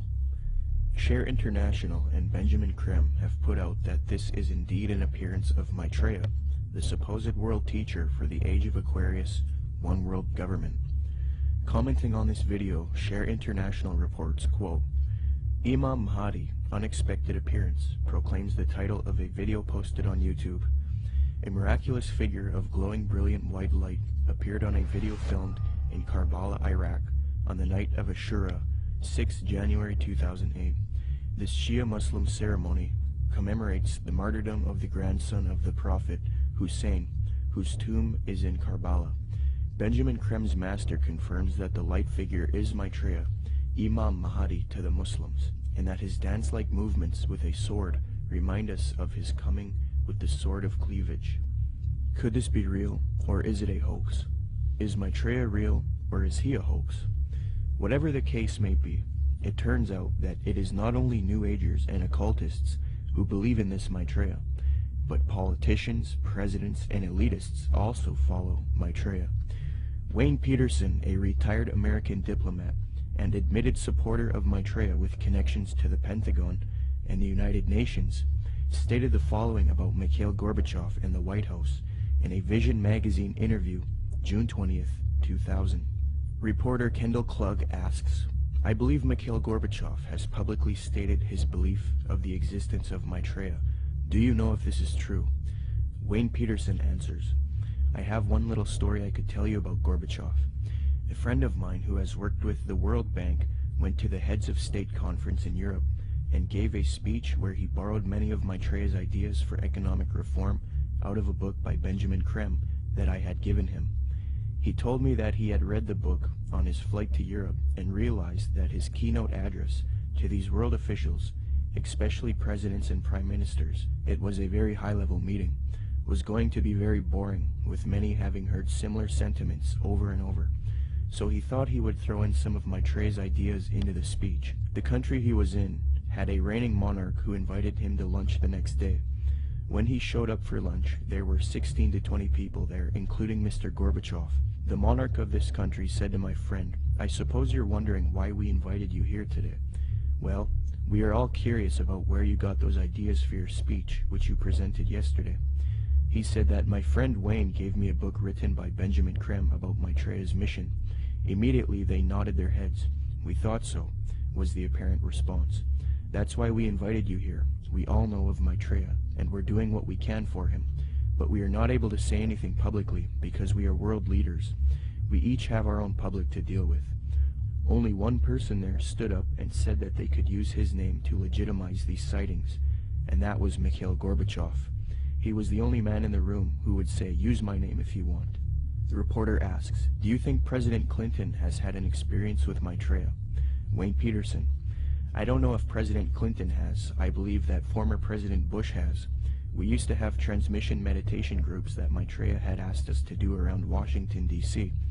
People who were interested in Maitreya and the reappearance story would get together once a week in Georgetown, in the home of President Bush's main counselor at the White House. President Bush came over to this house for dinner one night, and the hostess was in the dining room as President Bush asked her, "What do you think? I'm running against Clinton in this election. Am I going to win?" She said, "No, Mr. President, you are not. Maitreya has already said that you are going to lose to Clinton." Bush never challenged her, but merely said, yeah. He didn't ask who Maitreya was. He was very quiet, and then said, "I think I've got to go now." Benjamin Creme has said many times that he had heard from one of Maitreya's associates that Maitreya had appeared to Bush and that they had a discussion in the White House. So that incident with my meditation group seemed to confirm that Bush did in fact know of Maitreya. I do know people in the White House have been visited by Maitreya many times, and the people I'm talking I've seen on the front page of the Washington Post, standing next to the president. In a December 19, 2008 London Telegraph article, major media organization, Mick Brown praises Maitreya and Benjamin Creme, stating, quote, "This week has come encouraging news for anyone with an interest in signs and wonders, or desperate for a chink of light in the prevailing gloom, which probably means most of us. A savior is at hand."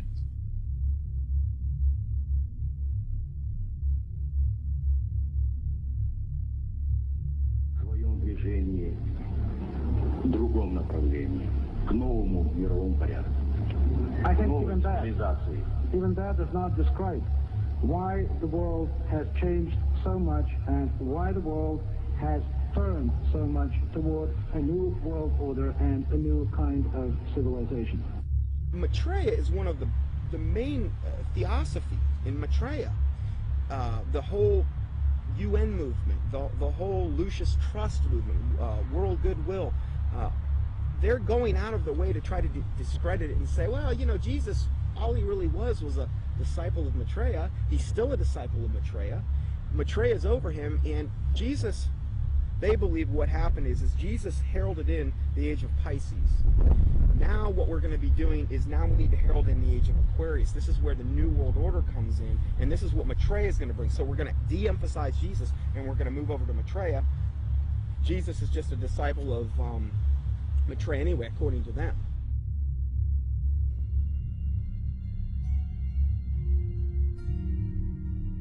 In 1919, the theosophist Alice Bailey was supposedly contacted by one of these ascended masters known as the Tibetan Dijwal Kul.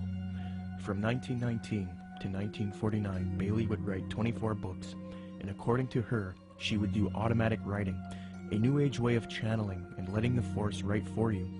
Bailey would create Lucifer Publishing, which would distribute the works of Helena Blavatsky and the Theosophical Society. She would later change the name to Lucis Trust because Lucifer Publishing was too controversial. Lucis Trust evolved into a large New Age organization, and it is still active today. Lucis Trust is also directly associated with the United Nations. According to the United Nations International Geneva Yearbook 2009, quote, "The Lucis Trust is recognized by the United Nations as a non-governmental organization and is represented at regular briefing sessions at UN headquarters. The Lucis Trust is on the roster of the United Nations Economic and Social Council." Thus, Theosophy and the New Age are now fused into the United Nations, which gives a medium for the New Age agenda to unfold. The aim of corrupt organizations like Lucis Trust and the UN is to create a one-world government, New World Order, which is in accord with the supposed Age of Aquarius. Many high-level elitists have voiced their approval for such a system. Donald Keyes is a high-level New Age leader.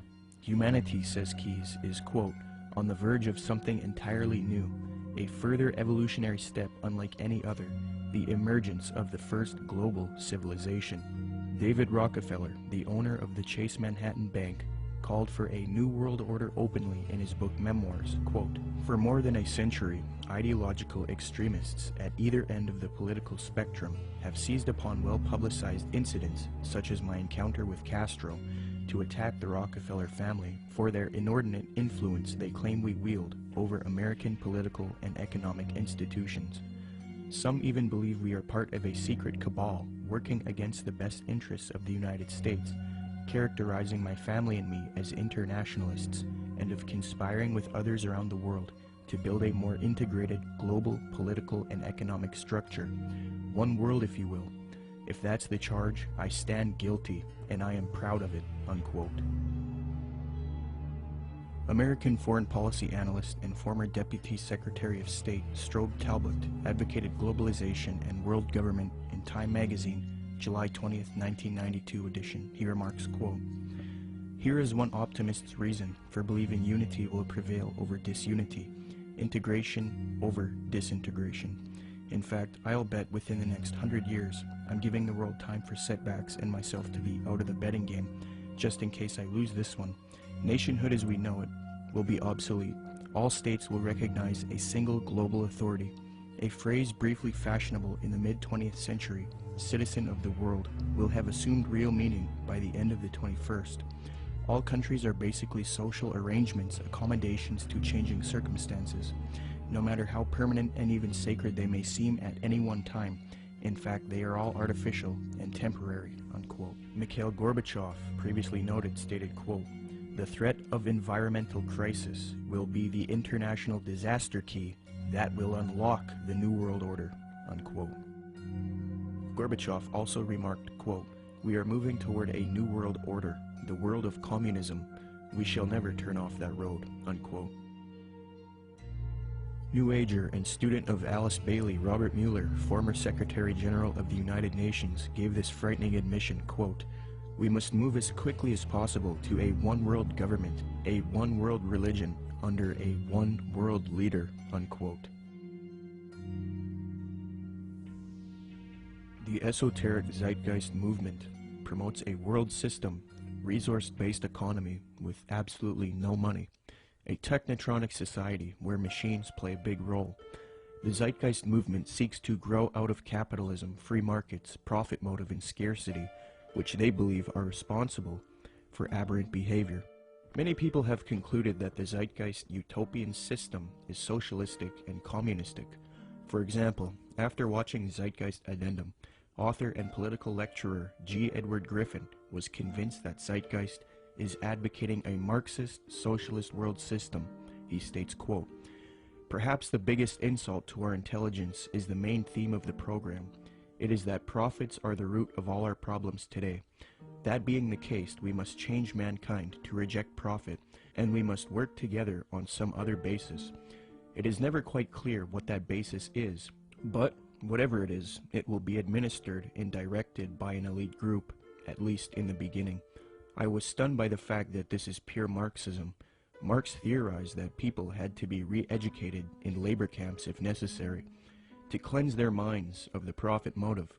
He and his disciples, such as Lenin and Stalin and Khrushchev, said that eventually the character of man would be purged of greed, and then the state would wither away because it no longer would be needed. Sure, we saw that in the Soviet Union and China, right? Yet this Marxist nonsense is exactly what is offered in this video program. It is communism without using the name. The enemy of mankind is not profit. It is a political system of big government. Yet this program is supportive of some of the most notable big government collectivists on the planet. Marxist-Leninists may be enemies of collectivists in Washington, D.C., but they are collectivists in their own right. The communist model is no better than the Nazi model. Samuel Adams, a patriotic founding father of America, repudiated communist and socialist ideas. The utopian schemes of leveling, redistribution of wealth, and a community of goods central ownership of the means of production and distribution, are as visionary and impractical as those which vest all property in the crown. These ideas are arbitrary, choices and actions which are done not by means of any underlying principle or logic, despotic, ruling with absolute political power, and in our government unconstitutional. When one does a comparison between Zeitgeist Addendum and the communist model, it becomes clear that Zeitgeist is in fact promoting communism. N.B. Godke, in the work Encyclopedic Dictionary of Economics, defines full communism based on the ideals of Marx and Engels and others as, quote, 1. Social wealth will be distributed according to human needs, meaning things that are scarce will be distributed first to those who need them the most. Zeitgeist proposes having an abundance of resources and no scarcity, and thus the idea of distributing wealth according to human needs is rendered obsolete. On this point, they have merely updated the communist model by eliminating scarcity. 2. The state will wither away as there is no need for coercion. The state does nothing because there is no state. There is no state. 3. Social classes will not exist.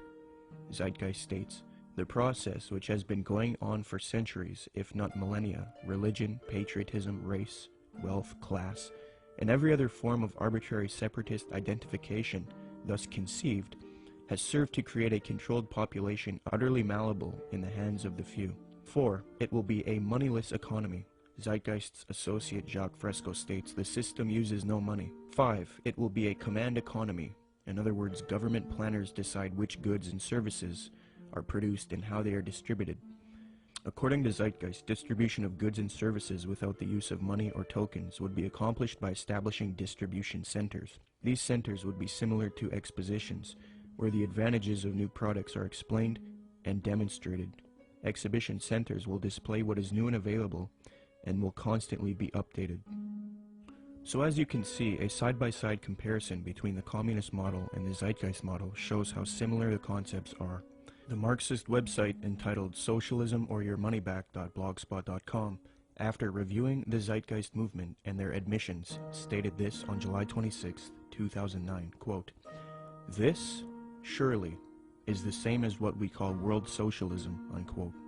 So even the socialists will admit that the Zeitgeist movement is in fact world socialism. Adams Wass explains, quote, "Communism and the Marxist utopia of a moneyless society where products were distributed rather than sold and bought," unquote.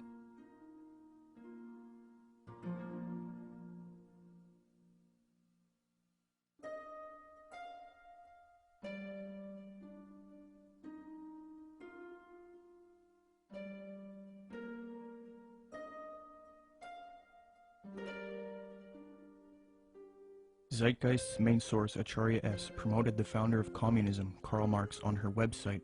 It no longer looks like this, but using archive software, you can see how her website looked in the years past. She quotes Karl Marx, defaming religion, thus showing her support of Marx and communism. Many people have noticed that the modern New World Order, as advocated by the elite, contains communist ideals within it. So it seems that Zeitgeist is helping the New World Order with their utopian approach rather than destroying it. They had a biblical philosophy. They gave us a republic. When Ben Franklin walked out of the building, one of the ladies said, "Mr. Franklin, what kind of government did you give us?" He said, "A republic, if you can keep it." Republics are hard to keep. We've lost ours, folks. We are not a republic anymore. We have degenerated to a democracy, and the next step is totalitarianism. We're that close to becoming a totally socialistic and then communistic country in America. You watch, it's going to happen real soon. What they're going to do next time is manufacture a depression, coming real soon probably, collapse the U.S. economy, which can easily be done overnight. And then everybody will line up and say, "Oh, hey, we're starving. What can we do?" They're going to say, "You know, we really got a problem. We need to solve this." Constance Cumby recognized that the New Agers desire a communist world system, quote, "The New Agers feel that the program they are offering the world would satisfy the basic desire of communists in that it proposes a form of world socialism. These books were calling for a new world order with an accompanying global food redistribution program aided, of course, by modern technology, i.e. computers," unquote.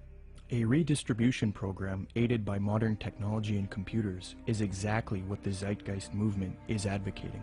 Notice how similar Zeitgeist's plan is to the New Age agenda just mentioned in Constance Cumby's book. In the Zeitgeist orientation lecture, Peter Joseph states, "Just as each city has a central organizational dome which functions as the brain along with its nervous system, consisting of computerized environmental monitoring via satellite and electronic probes, the larger world complex absorbs each city and monitors the broad spectrum of the environment, making sure there isn't a problem or material resource needed in any of the individual cities, while also regulating larger order processes for all the cities and the environment as a whole."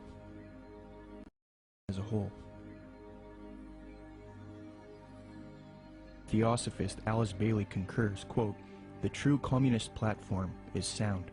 Thus, it is not surprising why Zeitgeist advocates a similar system, as the connection they have to Theosophy and the New Age has already been established. Zeitgeist is merely the fulfillment of the New Age agenda, yet they are not telling you that. So the Theosophists and New World Order advocates would love nothing more than for people to join the Zeitgeist movement. In fact, at 47 minutes and 25 seconds into the Zeitgeist orientation lecture, Peter Joseph cites a quotation of Carl Pearson. What is interesting is that the man that Joseph admiringly appeals to support his worldview, Carl Pearson, was a notorious eugenicist and social Darwinist who advocated war against certain races. He was a socialist and contemporary of Karl Marx. In fact, Theodore M. Porter, in his work Carl Pearson, The Scientific Life in the Statistical Age, states, quote, "Pearson's appreciation of Marx was real, especially in early 1881. In his first essay on socialism, he called Marx, quote, one of the most extraordinary characters which this century has produced," unquote. New World Order research involving lectures, radio addresses, and writing used to be conducted by people such as William Cooper, Fritz Springmeier, John Todd, Randall N. Baer, and Kent Hovind. The unifying factor in all of these people was that they were all Christians. They would expose the New World Order and its New Age Luciferian communist aims. They would promote belief in Jesus Christ and the Word of God, and tell people to resist the mystery religions of Theosophy and Freemasonry while exposing them. However, all of these men have either been murdered or framed and jailed, silenced. William Cooper was shot dead in 2001 as he was ambushed. Fritz Springmeier was framed, discredited, and jailed. Randall N. Baer had his car ran off of a mountain pass. John Todd was framed, discredited, jailed, and then murdered. Kent Hovind was singled out for tax evasion and then jailed. Okay, so Fritz Springmeier, you knew him, right? Yes. Okay, so you got some letters from him, is that? Yes, when Fritz, when they put Fritz in prison, and there's been, it was pretty much a trumped up charge of, I think marijuana or something, talk of robbing a bank, this type of stuff. He got put in prison, and I started corresponding with him at that point because I had read several of his books and actually talked to him personally on several occasions.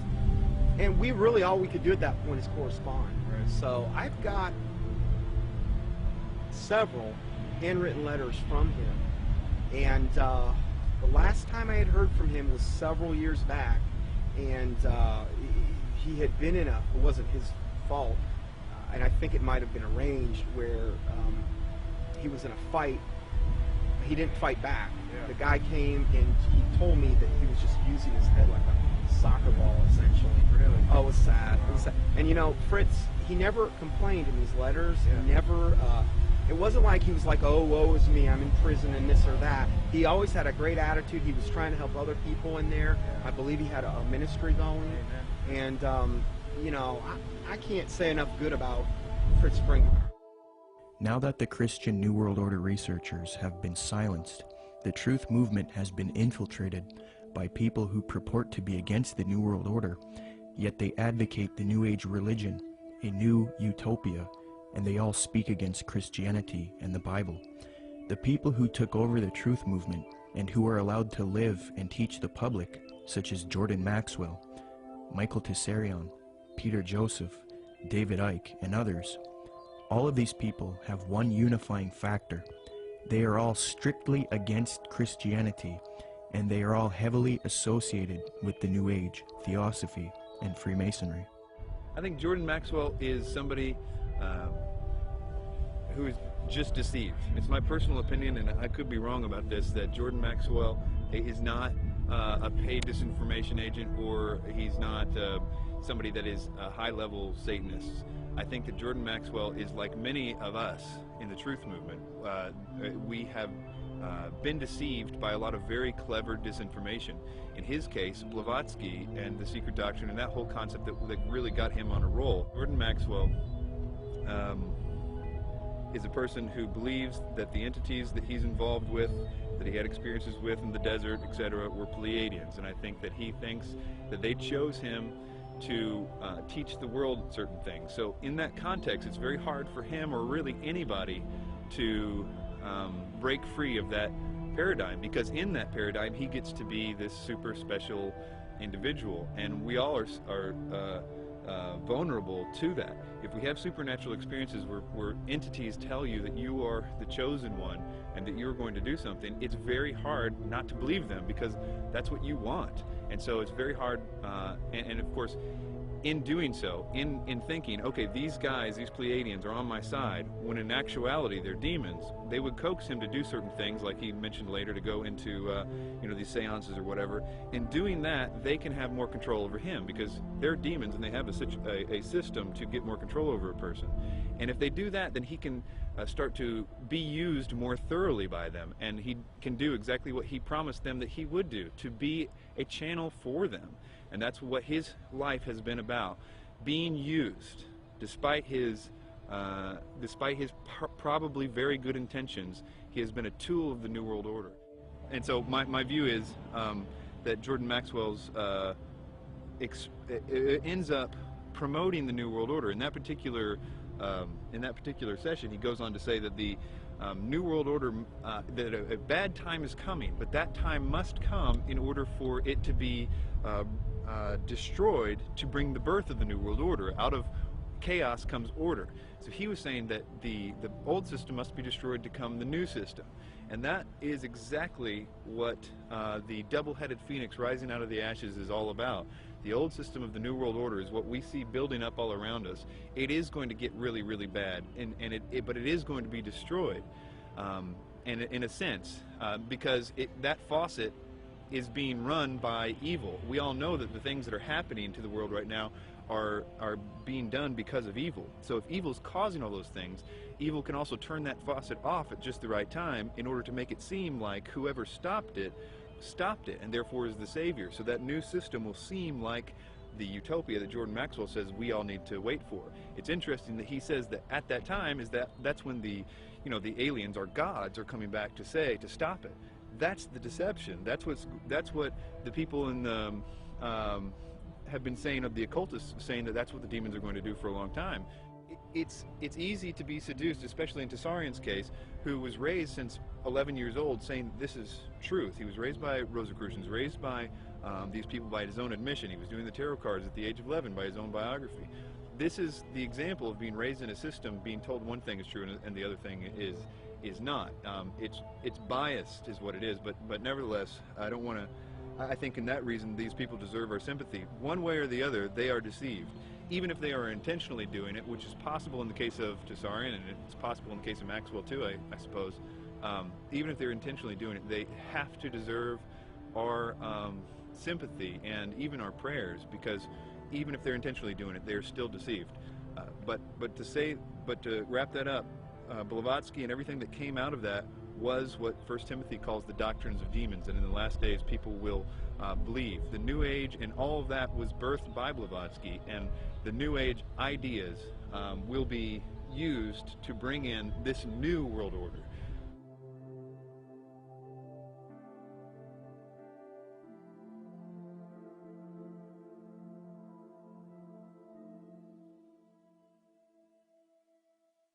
The negative impact of population growth on all of our planetary ecosystems is becoming appallingly evident. Unless nations will agree to work together to tackle these cross-border challenges posed by population growth, overconsumption of resources, and environmental degradation, the prospects for a decent life on our planet will be threatened. But this callous disregard for the right to life of every human on the face of the earth has been predicted before in the New Testament. John was moved to write, quote, "Yea, the time cometh, that whosoever killeth you will think that he doeth God's service," unquote. The New World Order, ladies and gentlemen, will sail in on a sea of blood.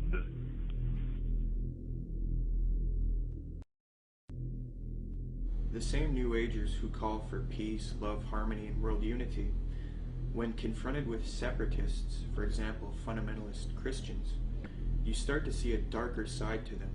They do not appreciate people who will not adopt their New Age views. For example, a major New Age figure, David Spangler, who was in a group known as Planetary Citizens, which was a UN group, stated something to the effect of, we can take all the marshmallows, all the scriptures, all the tablets, and have a jolly good bonfire. So essentially, he's promoting the abolition of these faiths. Similarly, Maharishi Mahesh Yogi, the influential New Age guru sought out by the Beatles, stated, quote, "There has not been, and there will not be a place for the unfit. The fit will lead, and if the unfit are not coming along, there is no place for them. In the place where light dominates, there is no place for darkness." See, in his thinking, the fit are the New Agers, and the unfit are those who do not adopt the New Age beliefs. People who are, for example, fundamentalist Christians, Jews, people like this. So essentially, you see a lot of intolerance within the New Age movement. It's not all nice and dandy with these people. You know, they have the mask, they have the appearance of peace, love, harmony, but in their writings, they do come out and say that there is no place for Christians and people who do not accept their beliefs. In the Book of Co-Creation, New Age leader Barbara Marx Hubbard states, quote, "Out of the full spectrum of human personality, 1/4 is electing to transcend, 1/4 is resistant to election. They are unattracted by life ever evolving. Now as we approach the quantum shift from creature human to co-creative human, the destructive 1/4 must be eliminated from the social body. Fortunately you, dearly beloveds, are not responsible for this act. We are. We are in charge of God's selection process for planet Earth. He selects, we destroy. We are the riders of the pale horse, death."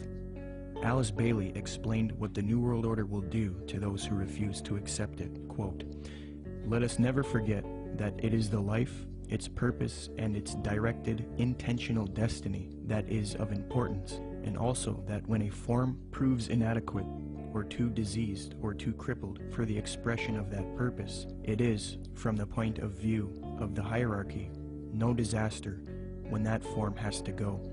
Death is not a disaster to be feared. The work of the destroyer is not really cruel or undesirable. Therefore, there is much destruction permitted by the custodians of the plan, and much evil turned into good," unquote. Blavatsky's peer, Aleister Crowley, said an Egyptian entity told him Christianity would be destroyed at the advent of the New Age, quote. A peer of Blavatsky's, often called the prophet of the New Age, Aleister Crowley, claimed to have been visited in the spring of 1904 by an Egyptian entity called Oase, who foretold to Crowley the end of Christianity, unquote. But if you dig deep into the literature, yes, they're going to be extremely intolerant. David Spangler had talked about the Luciferic initiation and these types of things. And we look in the Bible and we can look at like Revelation 13 and where all they that do not receive the mark and the mark of the beast in their right hand or their forehead, you know, are going to essentially forfeit their life. This is how intolerant it's going to become. It's going to be their way or no way. And so, no, they're not going to have any tolerance. I think at first they're going to come as real nice guys, though. I don't think they're going to do that right off the bat. But eventually it's going to get to the point where enough people have bought into it and enough strong delusion is there that, yeah, they're not going to be tolerant whatsoever. Barbara Marx Hubbard states, "The end of this phase of evolution shall come. All will know their choice. All will be required to choose. All who choose to be natural Christs will be guided from within as to how to proceed. All who choose not to evolve will die off. The kindergarten class of Earth will be over, unquote. Robert Mueller, previously mentioned, states, quote, I am surprised that no one has yet thought of creating a pro-Earth, humanity-challenging organization which would put itself in the shoes of our Mother Earth and rejoice whenever humans diminish in numbers or consume less. It would give yearly prizes to people, events, or institutions which achieve a reduction of the human population or of the consumption of Earth resources. The first prize should go to the United Nations, which through its World Population Conferences and anti-population work has prevented 2,200,000,000 more people from being born between 1952 and the year 2000.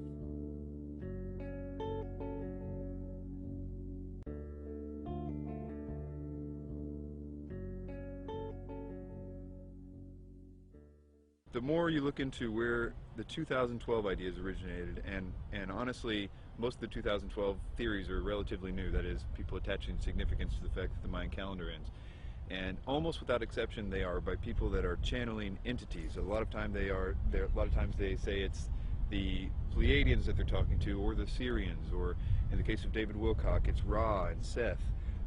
Most of the time, what the entities are telling the people don't always match up, but they always seem to be telling the same things. And for the most part, a lot of those early people that got the information from spiritual entities were saying that it was a great cosmic enlightenment that was coming in 2012. And so that to me seems to be the most direct idea that the spirit world wants us to think, because it's oftentimes accompanied with this idea that they want the person they're telling to go out and tell more people. So 2012 became significant on the internet because people felt like it was their mission to tell other people because they were having supernatural experiences. Most of the 2012 theories will fall into one of two categories. Either they're going to be, that in 2012 there's going to be some great enlightenment. They say it's a spiritual evolution or a consciousness shift or a vibrational change or something to that effect. And the other half of it seems to be more about a cataclysmic events that are going to happen in 2012. Usually, they're based off the idea that the Mayan calendar ends or restarts in 2012. 2012 is being pushed on the public through books, documentaries, speakers, and even major motion pictures. We are meant to believe that December 21st, 2012 will either be a catastrophe for humanity or a time when there is a consciousness enlightenment and a world shift, a time when humanity evolves. However, when you consult the scholars who study the Mayan calendar, they don't seem to support these views at all. University of Florida anthropologist Susan Gillespie says the 2012 phenomena comes from the media and from other people making use of the Maya past to fulfill agendas that are really their own. Despite the publicity generated by the 2012 date, Susan Milbrath, curator at Latin American Art and Archaeology at the Florida Museum of Natural History, stated that, quote, "We, the archaeological community, have no record or knowledge that the Maya would think the world would come to an end in 2012. I think probably the most significant reason that all of them are wrong is because what they say that is going to happen in 2012 isn't. That is, although the Mayan calendar might be ending, there is no galactic alignment, whether it be the Earth actually won't be aligning with the center of the galaxy in the sense, and that actually won't happen for another 30 million years. So, and even if it was, there's no necessarily any evidence that anything would happen, but it's really a moot point because there isn't anything happening. Secondly, there is no actual alignment of the planets. It's another thing that people are saying is going to cause the enlightenment or the catastrophes. And this goes on and on. It's the same thing with the solar flares. It's the same thing with Planet X or Nibiru, or all those things aren't happening. And it's very interesting how you actually can go point by point and find out that each one of those supposed catalysts aren't true. Sandra Noble, Executive Director of the Foundation for the Advancement of Mesoamerican Studies in Crystal River, Florida, states, "To render December 21st, 2012 as a doomsday event or a moment of cosmic shifting," she says, "is a complete fabrication and a chance for a lot of people to cash in," unquote. Many people are indeed cashing in because of the 2012 hysteria, but the reason 2012 is being pushed on the public so much is because it is in 2012 when the elite occultists and the New Age advocates plan to usher in the Age of Aquarius one-world system. Siri Data points out that the New Age consensus is that the Age of Aquarius one-world system will be ushered in 2012. Quote, "It is generally agreed that the actual time that we enter the Age of Aquarius will be 2012. Unquote. Could this whole 2012 concept be propaganda to get people to accept the Age of Aquarius in 2012? Eugene Gallagher likewise notes that the supposed Age of Aquarius is expected to arrive in 2012. Quote, "The term New Age is most closely correlated with the astrological idea that we are about to enter a new age, the Age of Aquarius, which will arrive around 2012. Unquote.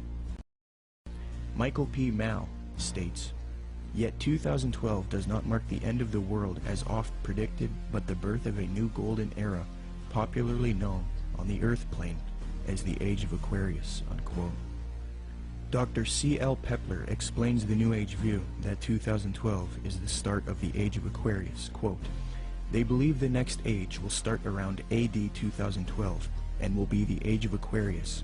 This, they say, will be an age of enlightenment and world unity, a post-Christian world in the fullest sense of the word." Unquote. 2012 is a clever deception to get you to accept the Age of Aquarius, New World Order, under the mask of a Mayan prophecy. In fact, the elite New World Order at the top of the pyramid want the public to believe in 2012, thus proving that they are behind this propaganda. The Club of Rome, by its own admission, is a globalist think tank.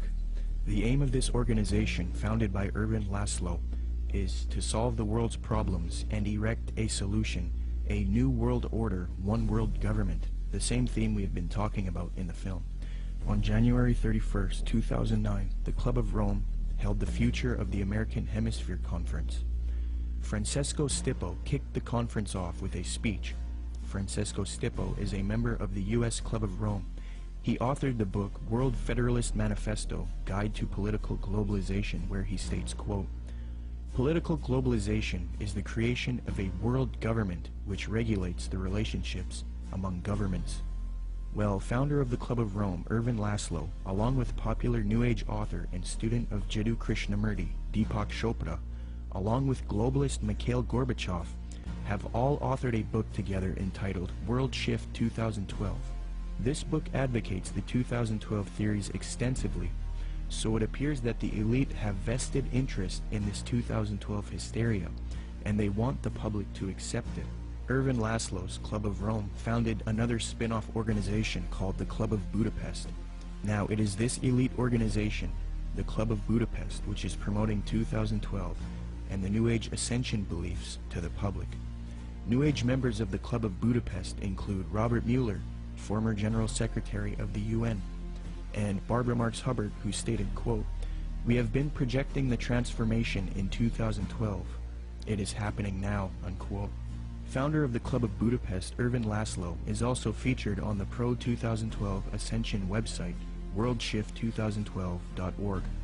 This website heavily promotes the idea that the world is about to end in 2012 if there isn't a transformation based on consciousness resulting in a new global order. Under the Partners section of the website, the State of the World Forum, which Zeitgeist is connected to, is listed on the site. This ties the New World Order to 2012 in that the 2012 hysteria is being pushed by the New World Order to the public to rally humanity together for a one-world government. Under the endorsement section of the worldshift2012.org site, Mikhail Gorbachev is also listed. Mikhail Gorbachev, the Communist New World Order advocate. Thus, it is quite clear that the global elite want people to believe in 2012 so that they can achieve their Age of Aquarius one-world system, which they now claim will emerge in 2012. It's a very clever deception that a lot of people have fallen for. Will anything happen in 2012? Maybe. Will it have to do with any prophecy of Maya? No. If anything does happen, it will be the New World Order who engineers it and ushers in their global system.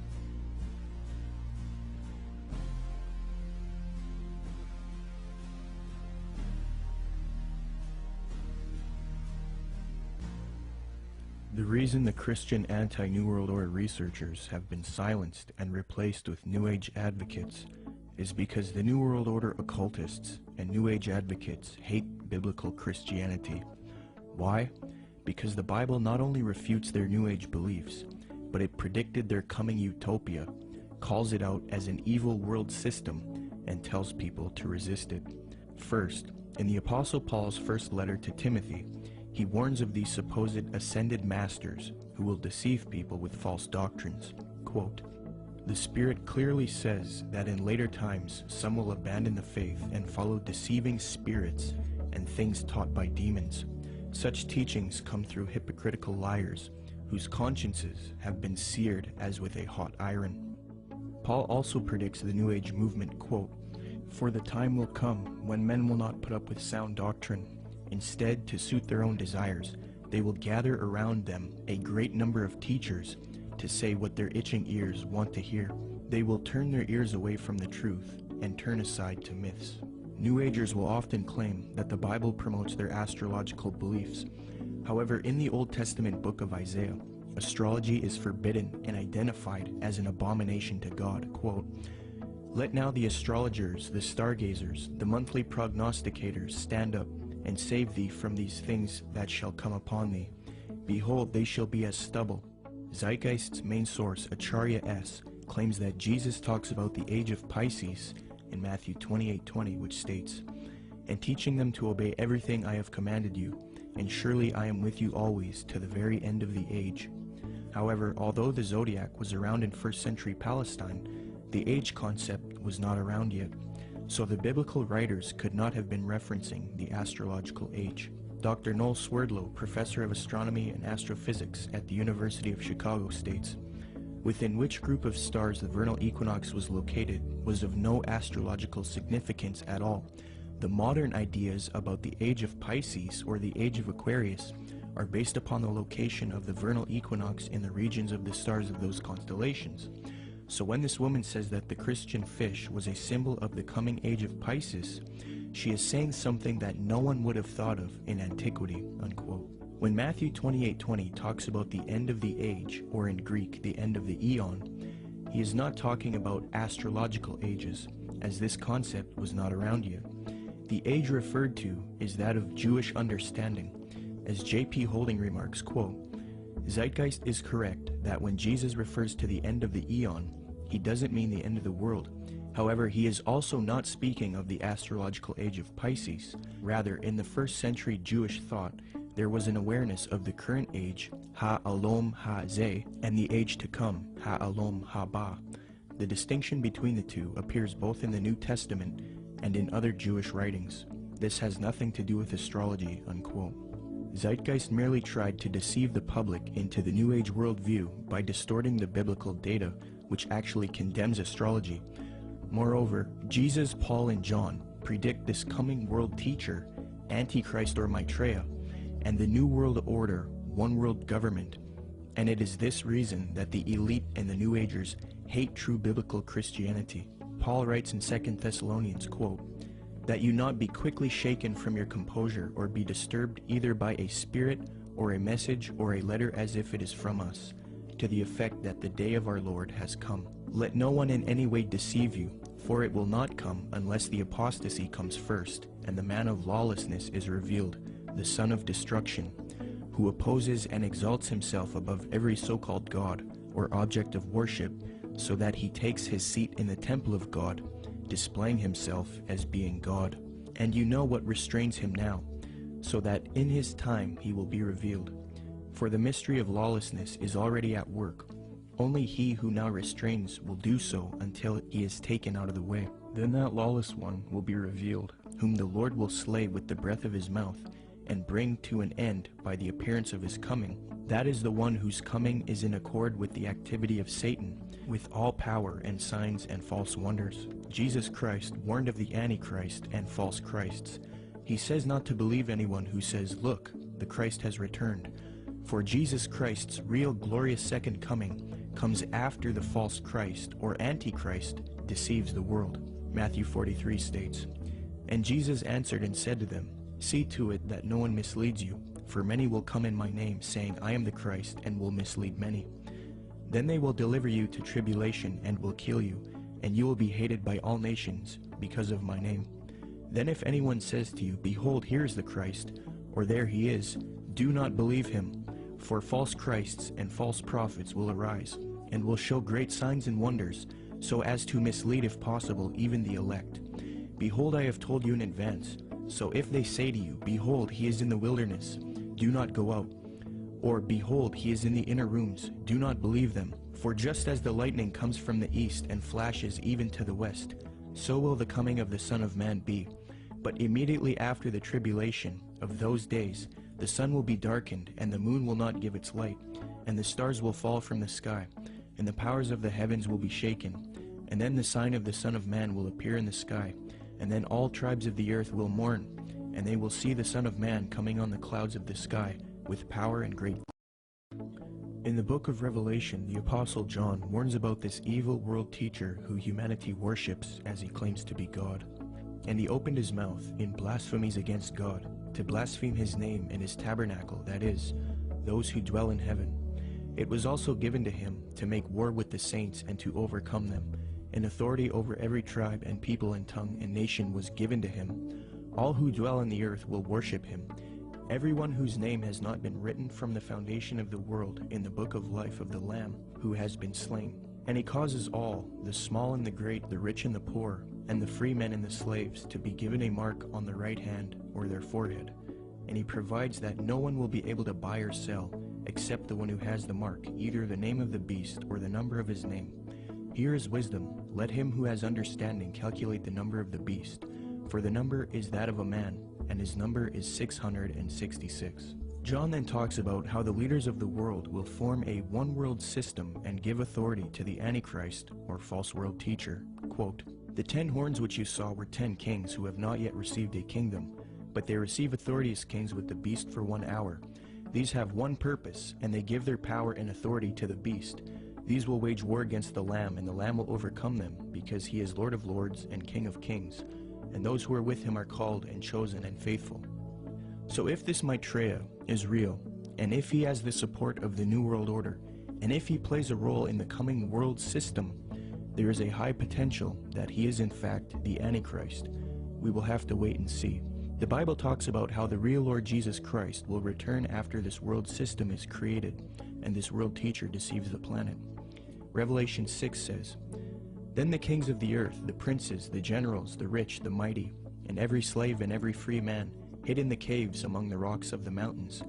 They called to the mountains and the rocks, Fall on us and hide us from the face of him who sits on the throne and from the wrath of the Lamb. For the great day of their wrath has come, and who can stand? The time that it's talking about in the Bible is actually going to be a time when the world is going to be extremely happy to be in this new system. And that includes people that right now think that they know all about the New World Order and all this stuff. Those people, included with the rest of the world, are going to be happy with being in the new system. What the Bible describes as something that is almost impossible to believe, in the sense that people are going to give their worship. These are politically correct people are going to give their worship to a man. That something is going to happen to cause them to worship a man, and that is something we're not ready for. It's something that political leaders don't right now do miracles, for the most part. Right. The whole concept requires new input. Something different has to happen. And I think that when you look at what the New Age is saying, what they say is going to happen, what every movie is talking about right now, this idea that there is a new rebirth coming, a New Age is going to be supernatural, that the aliens are going to come back, and all these concepts that if it really happened, we would be, many things would happen, not the least of which would be that we would, as a world, start to be believing in some new sort of doctrine, namely that God doesn't exist, but that we are gods ourselves. And the way that would function is that, well, here are aliens, and they were just like us at one time, and we're going to evolve like them and be more like them. That inherent in that is the idea that we are also gods. The message that the New Age elite don't want you to know is that there is one God, And 2,000 years ago, he entered into creation as Jesus Christ, lived a perfect sinless life, and willingly died on the cross to pay for our sin. And if we accept Jesus Christ into our heart as Lord and repent of our sin, then we are spiritually saved forever. It is this message that the New Agers hate and want to stamp out. But if you realize that the New Age and the New World Order doctrine is a lie and an abomination, and if you want true salvation and the power to stand with Christ against this coming system, say this prayer with me and become a true child of God. Lord Jesus Christ, I ask you to come into my heart as Lord. I accept what you did for me on the cross, dying for my sin. I repent of my sin and I wish to live a life for you, following your teachings found in the New Testament. Please forgive me of my wicked ways and transform me into a child of God. I pray in Jesus' mighty name, amen. Come, Lord Jesus.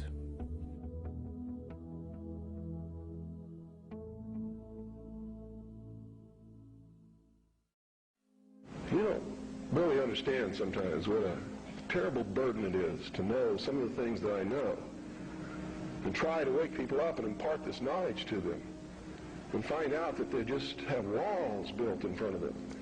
They want to be slaves. But we're making some chinks in those walls. You must publish only documented fact. And you must stay away from printing articles from people who will not document as fact what they put in their articles. That's why my broadcast scares the hell out of socialists. That's why in a White House memorandum I was named as the most dangerous radio host in America, not because I'm going to go out and shoot somebody, but because I shoot documented facts which cannot be refuted. That's why. That's what's dangerous. Seek ye the truth, and the truth will make you free, and nothing else will do it. Jesus Christ has never lied to anybody. Why won't you listen to him? Don't spread a rumor. Spread the truth. Document it. Prove it.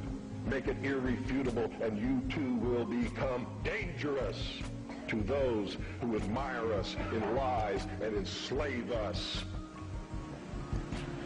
in socialism.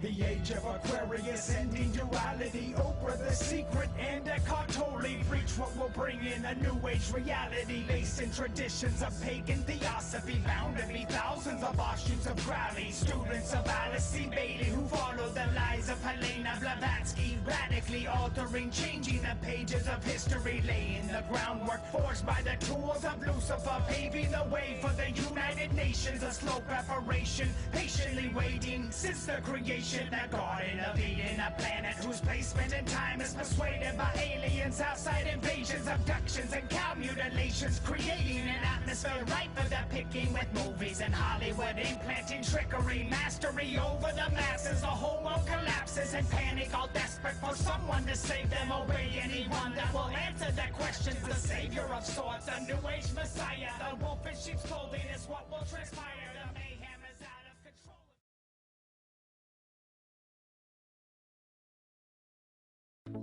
In the book of Revelation, the Apostle John warns about this evil world teacher who humanity worships as he claims to be God.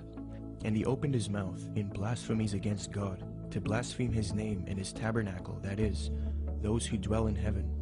It was also given to him to make war with the saints and to overcome them. And authority over every tribe and people and tongue and nation was given to him. All who dwell on the earth will worship him.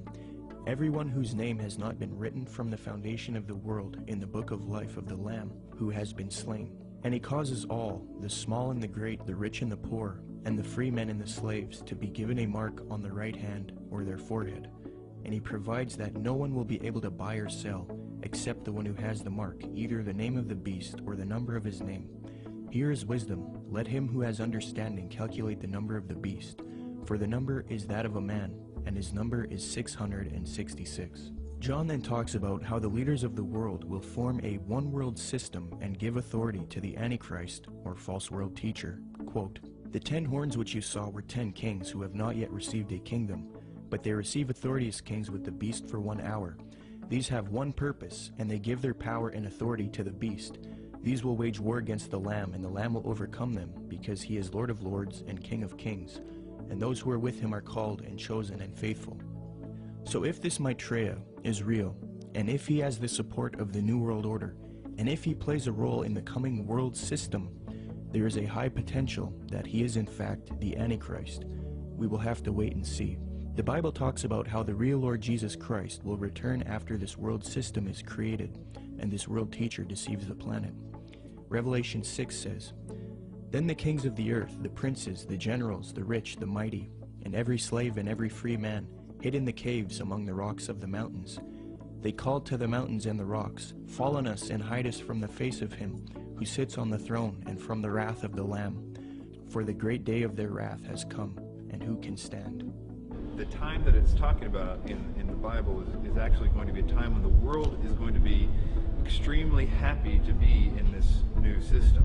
And that includes people that right now think that they know all about the New World Order and all this stuff. Those people, included with the rest of the world, are going to be happy with being in the new system. What the Bible describes as something that is almost impossible to believe, in the sense that people are going to give their worship. These are politically correct people are going to give their worship to a man. That something is going to happen to cause them to worship a man, and that is something we're not ready for. It's something that political leaders don't right now do miracles, for the most part. Right. The whole concept requires new input. Something different has to happen. And I think that when you look at what the New Age is saying, what they say is going to happen, what every movie is talking about right now, this idea that there is a new rebirth coming, a new age that's going to be supernatural, that the aliens are going to come back, and all these concepts, that if it really happened, we would be, many things would happen, not the least of which would be that we would, as a world, start to be believing in some new sort of doctrine, namely that God doesn't exist, but that we are gods ourselves. And the way that would function is that, well, here are aliens, and they were just like us at one time, and we're going to evolve like them and be more like them. That inherent in that is the idea that we are also gods. The message that the New Age elite don't want you to know is that there is one God, and 2,000 years ago, he entered into creation as Jesus Christ, lived a perfect, sinless life, and willingly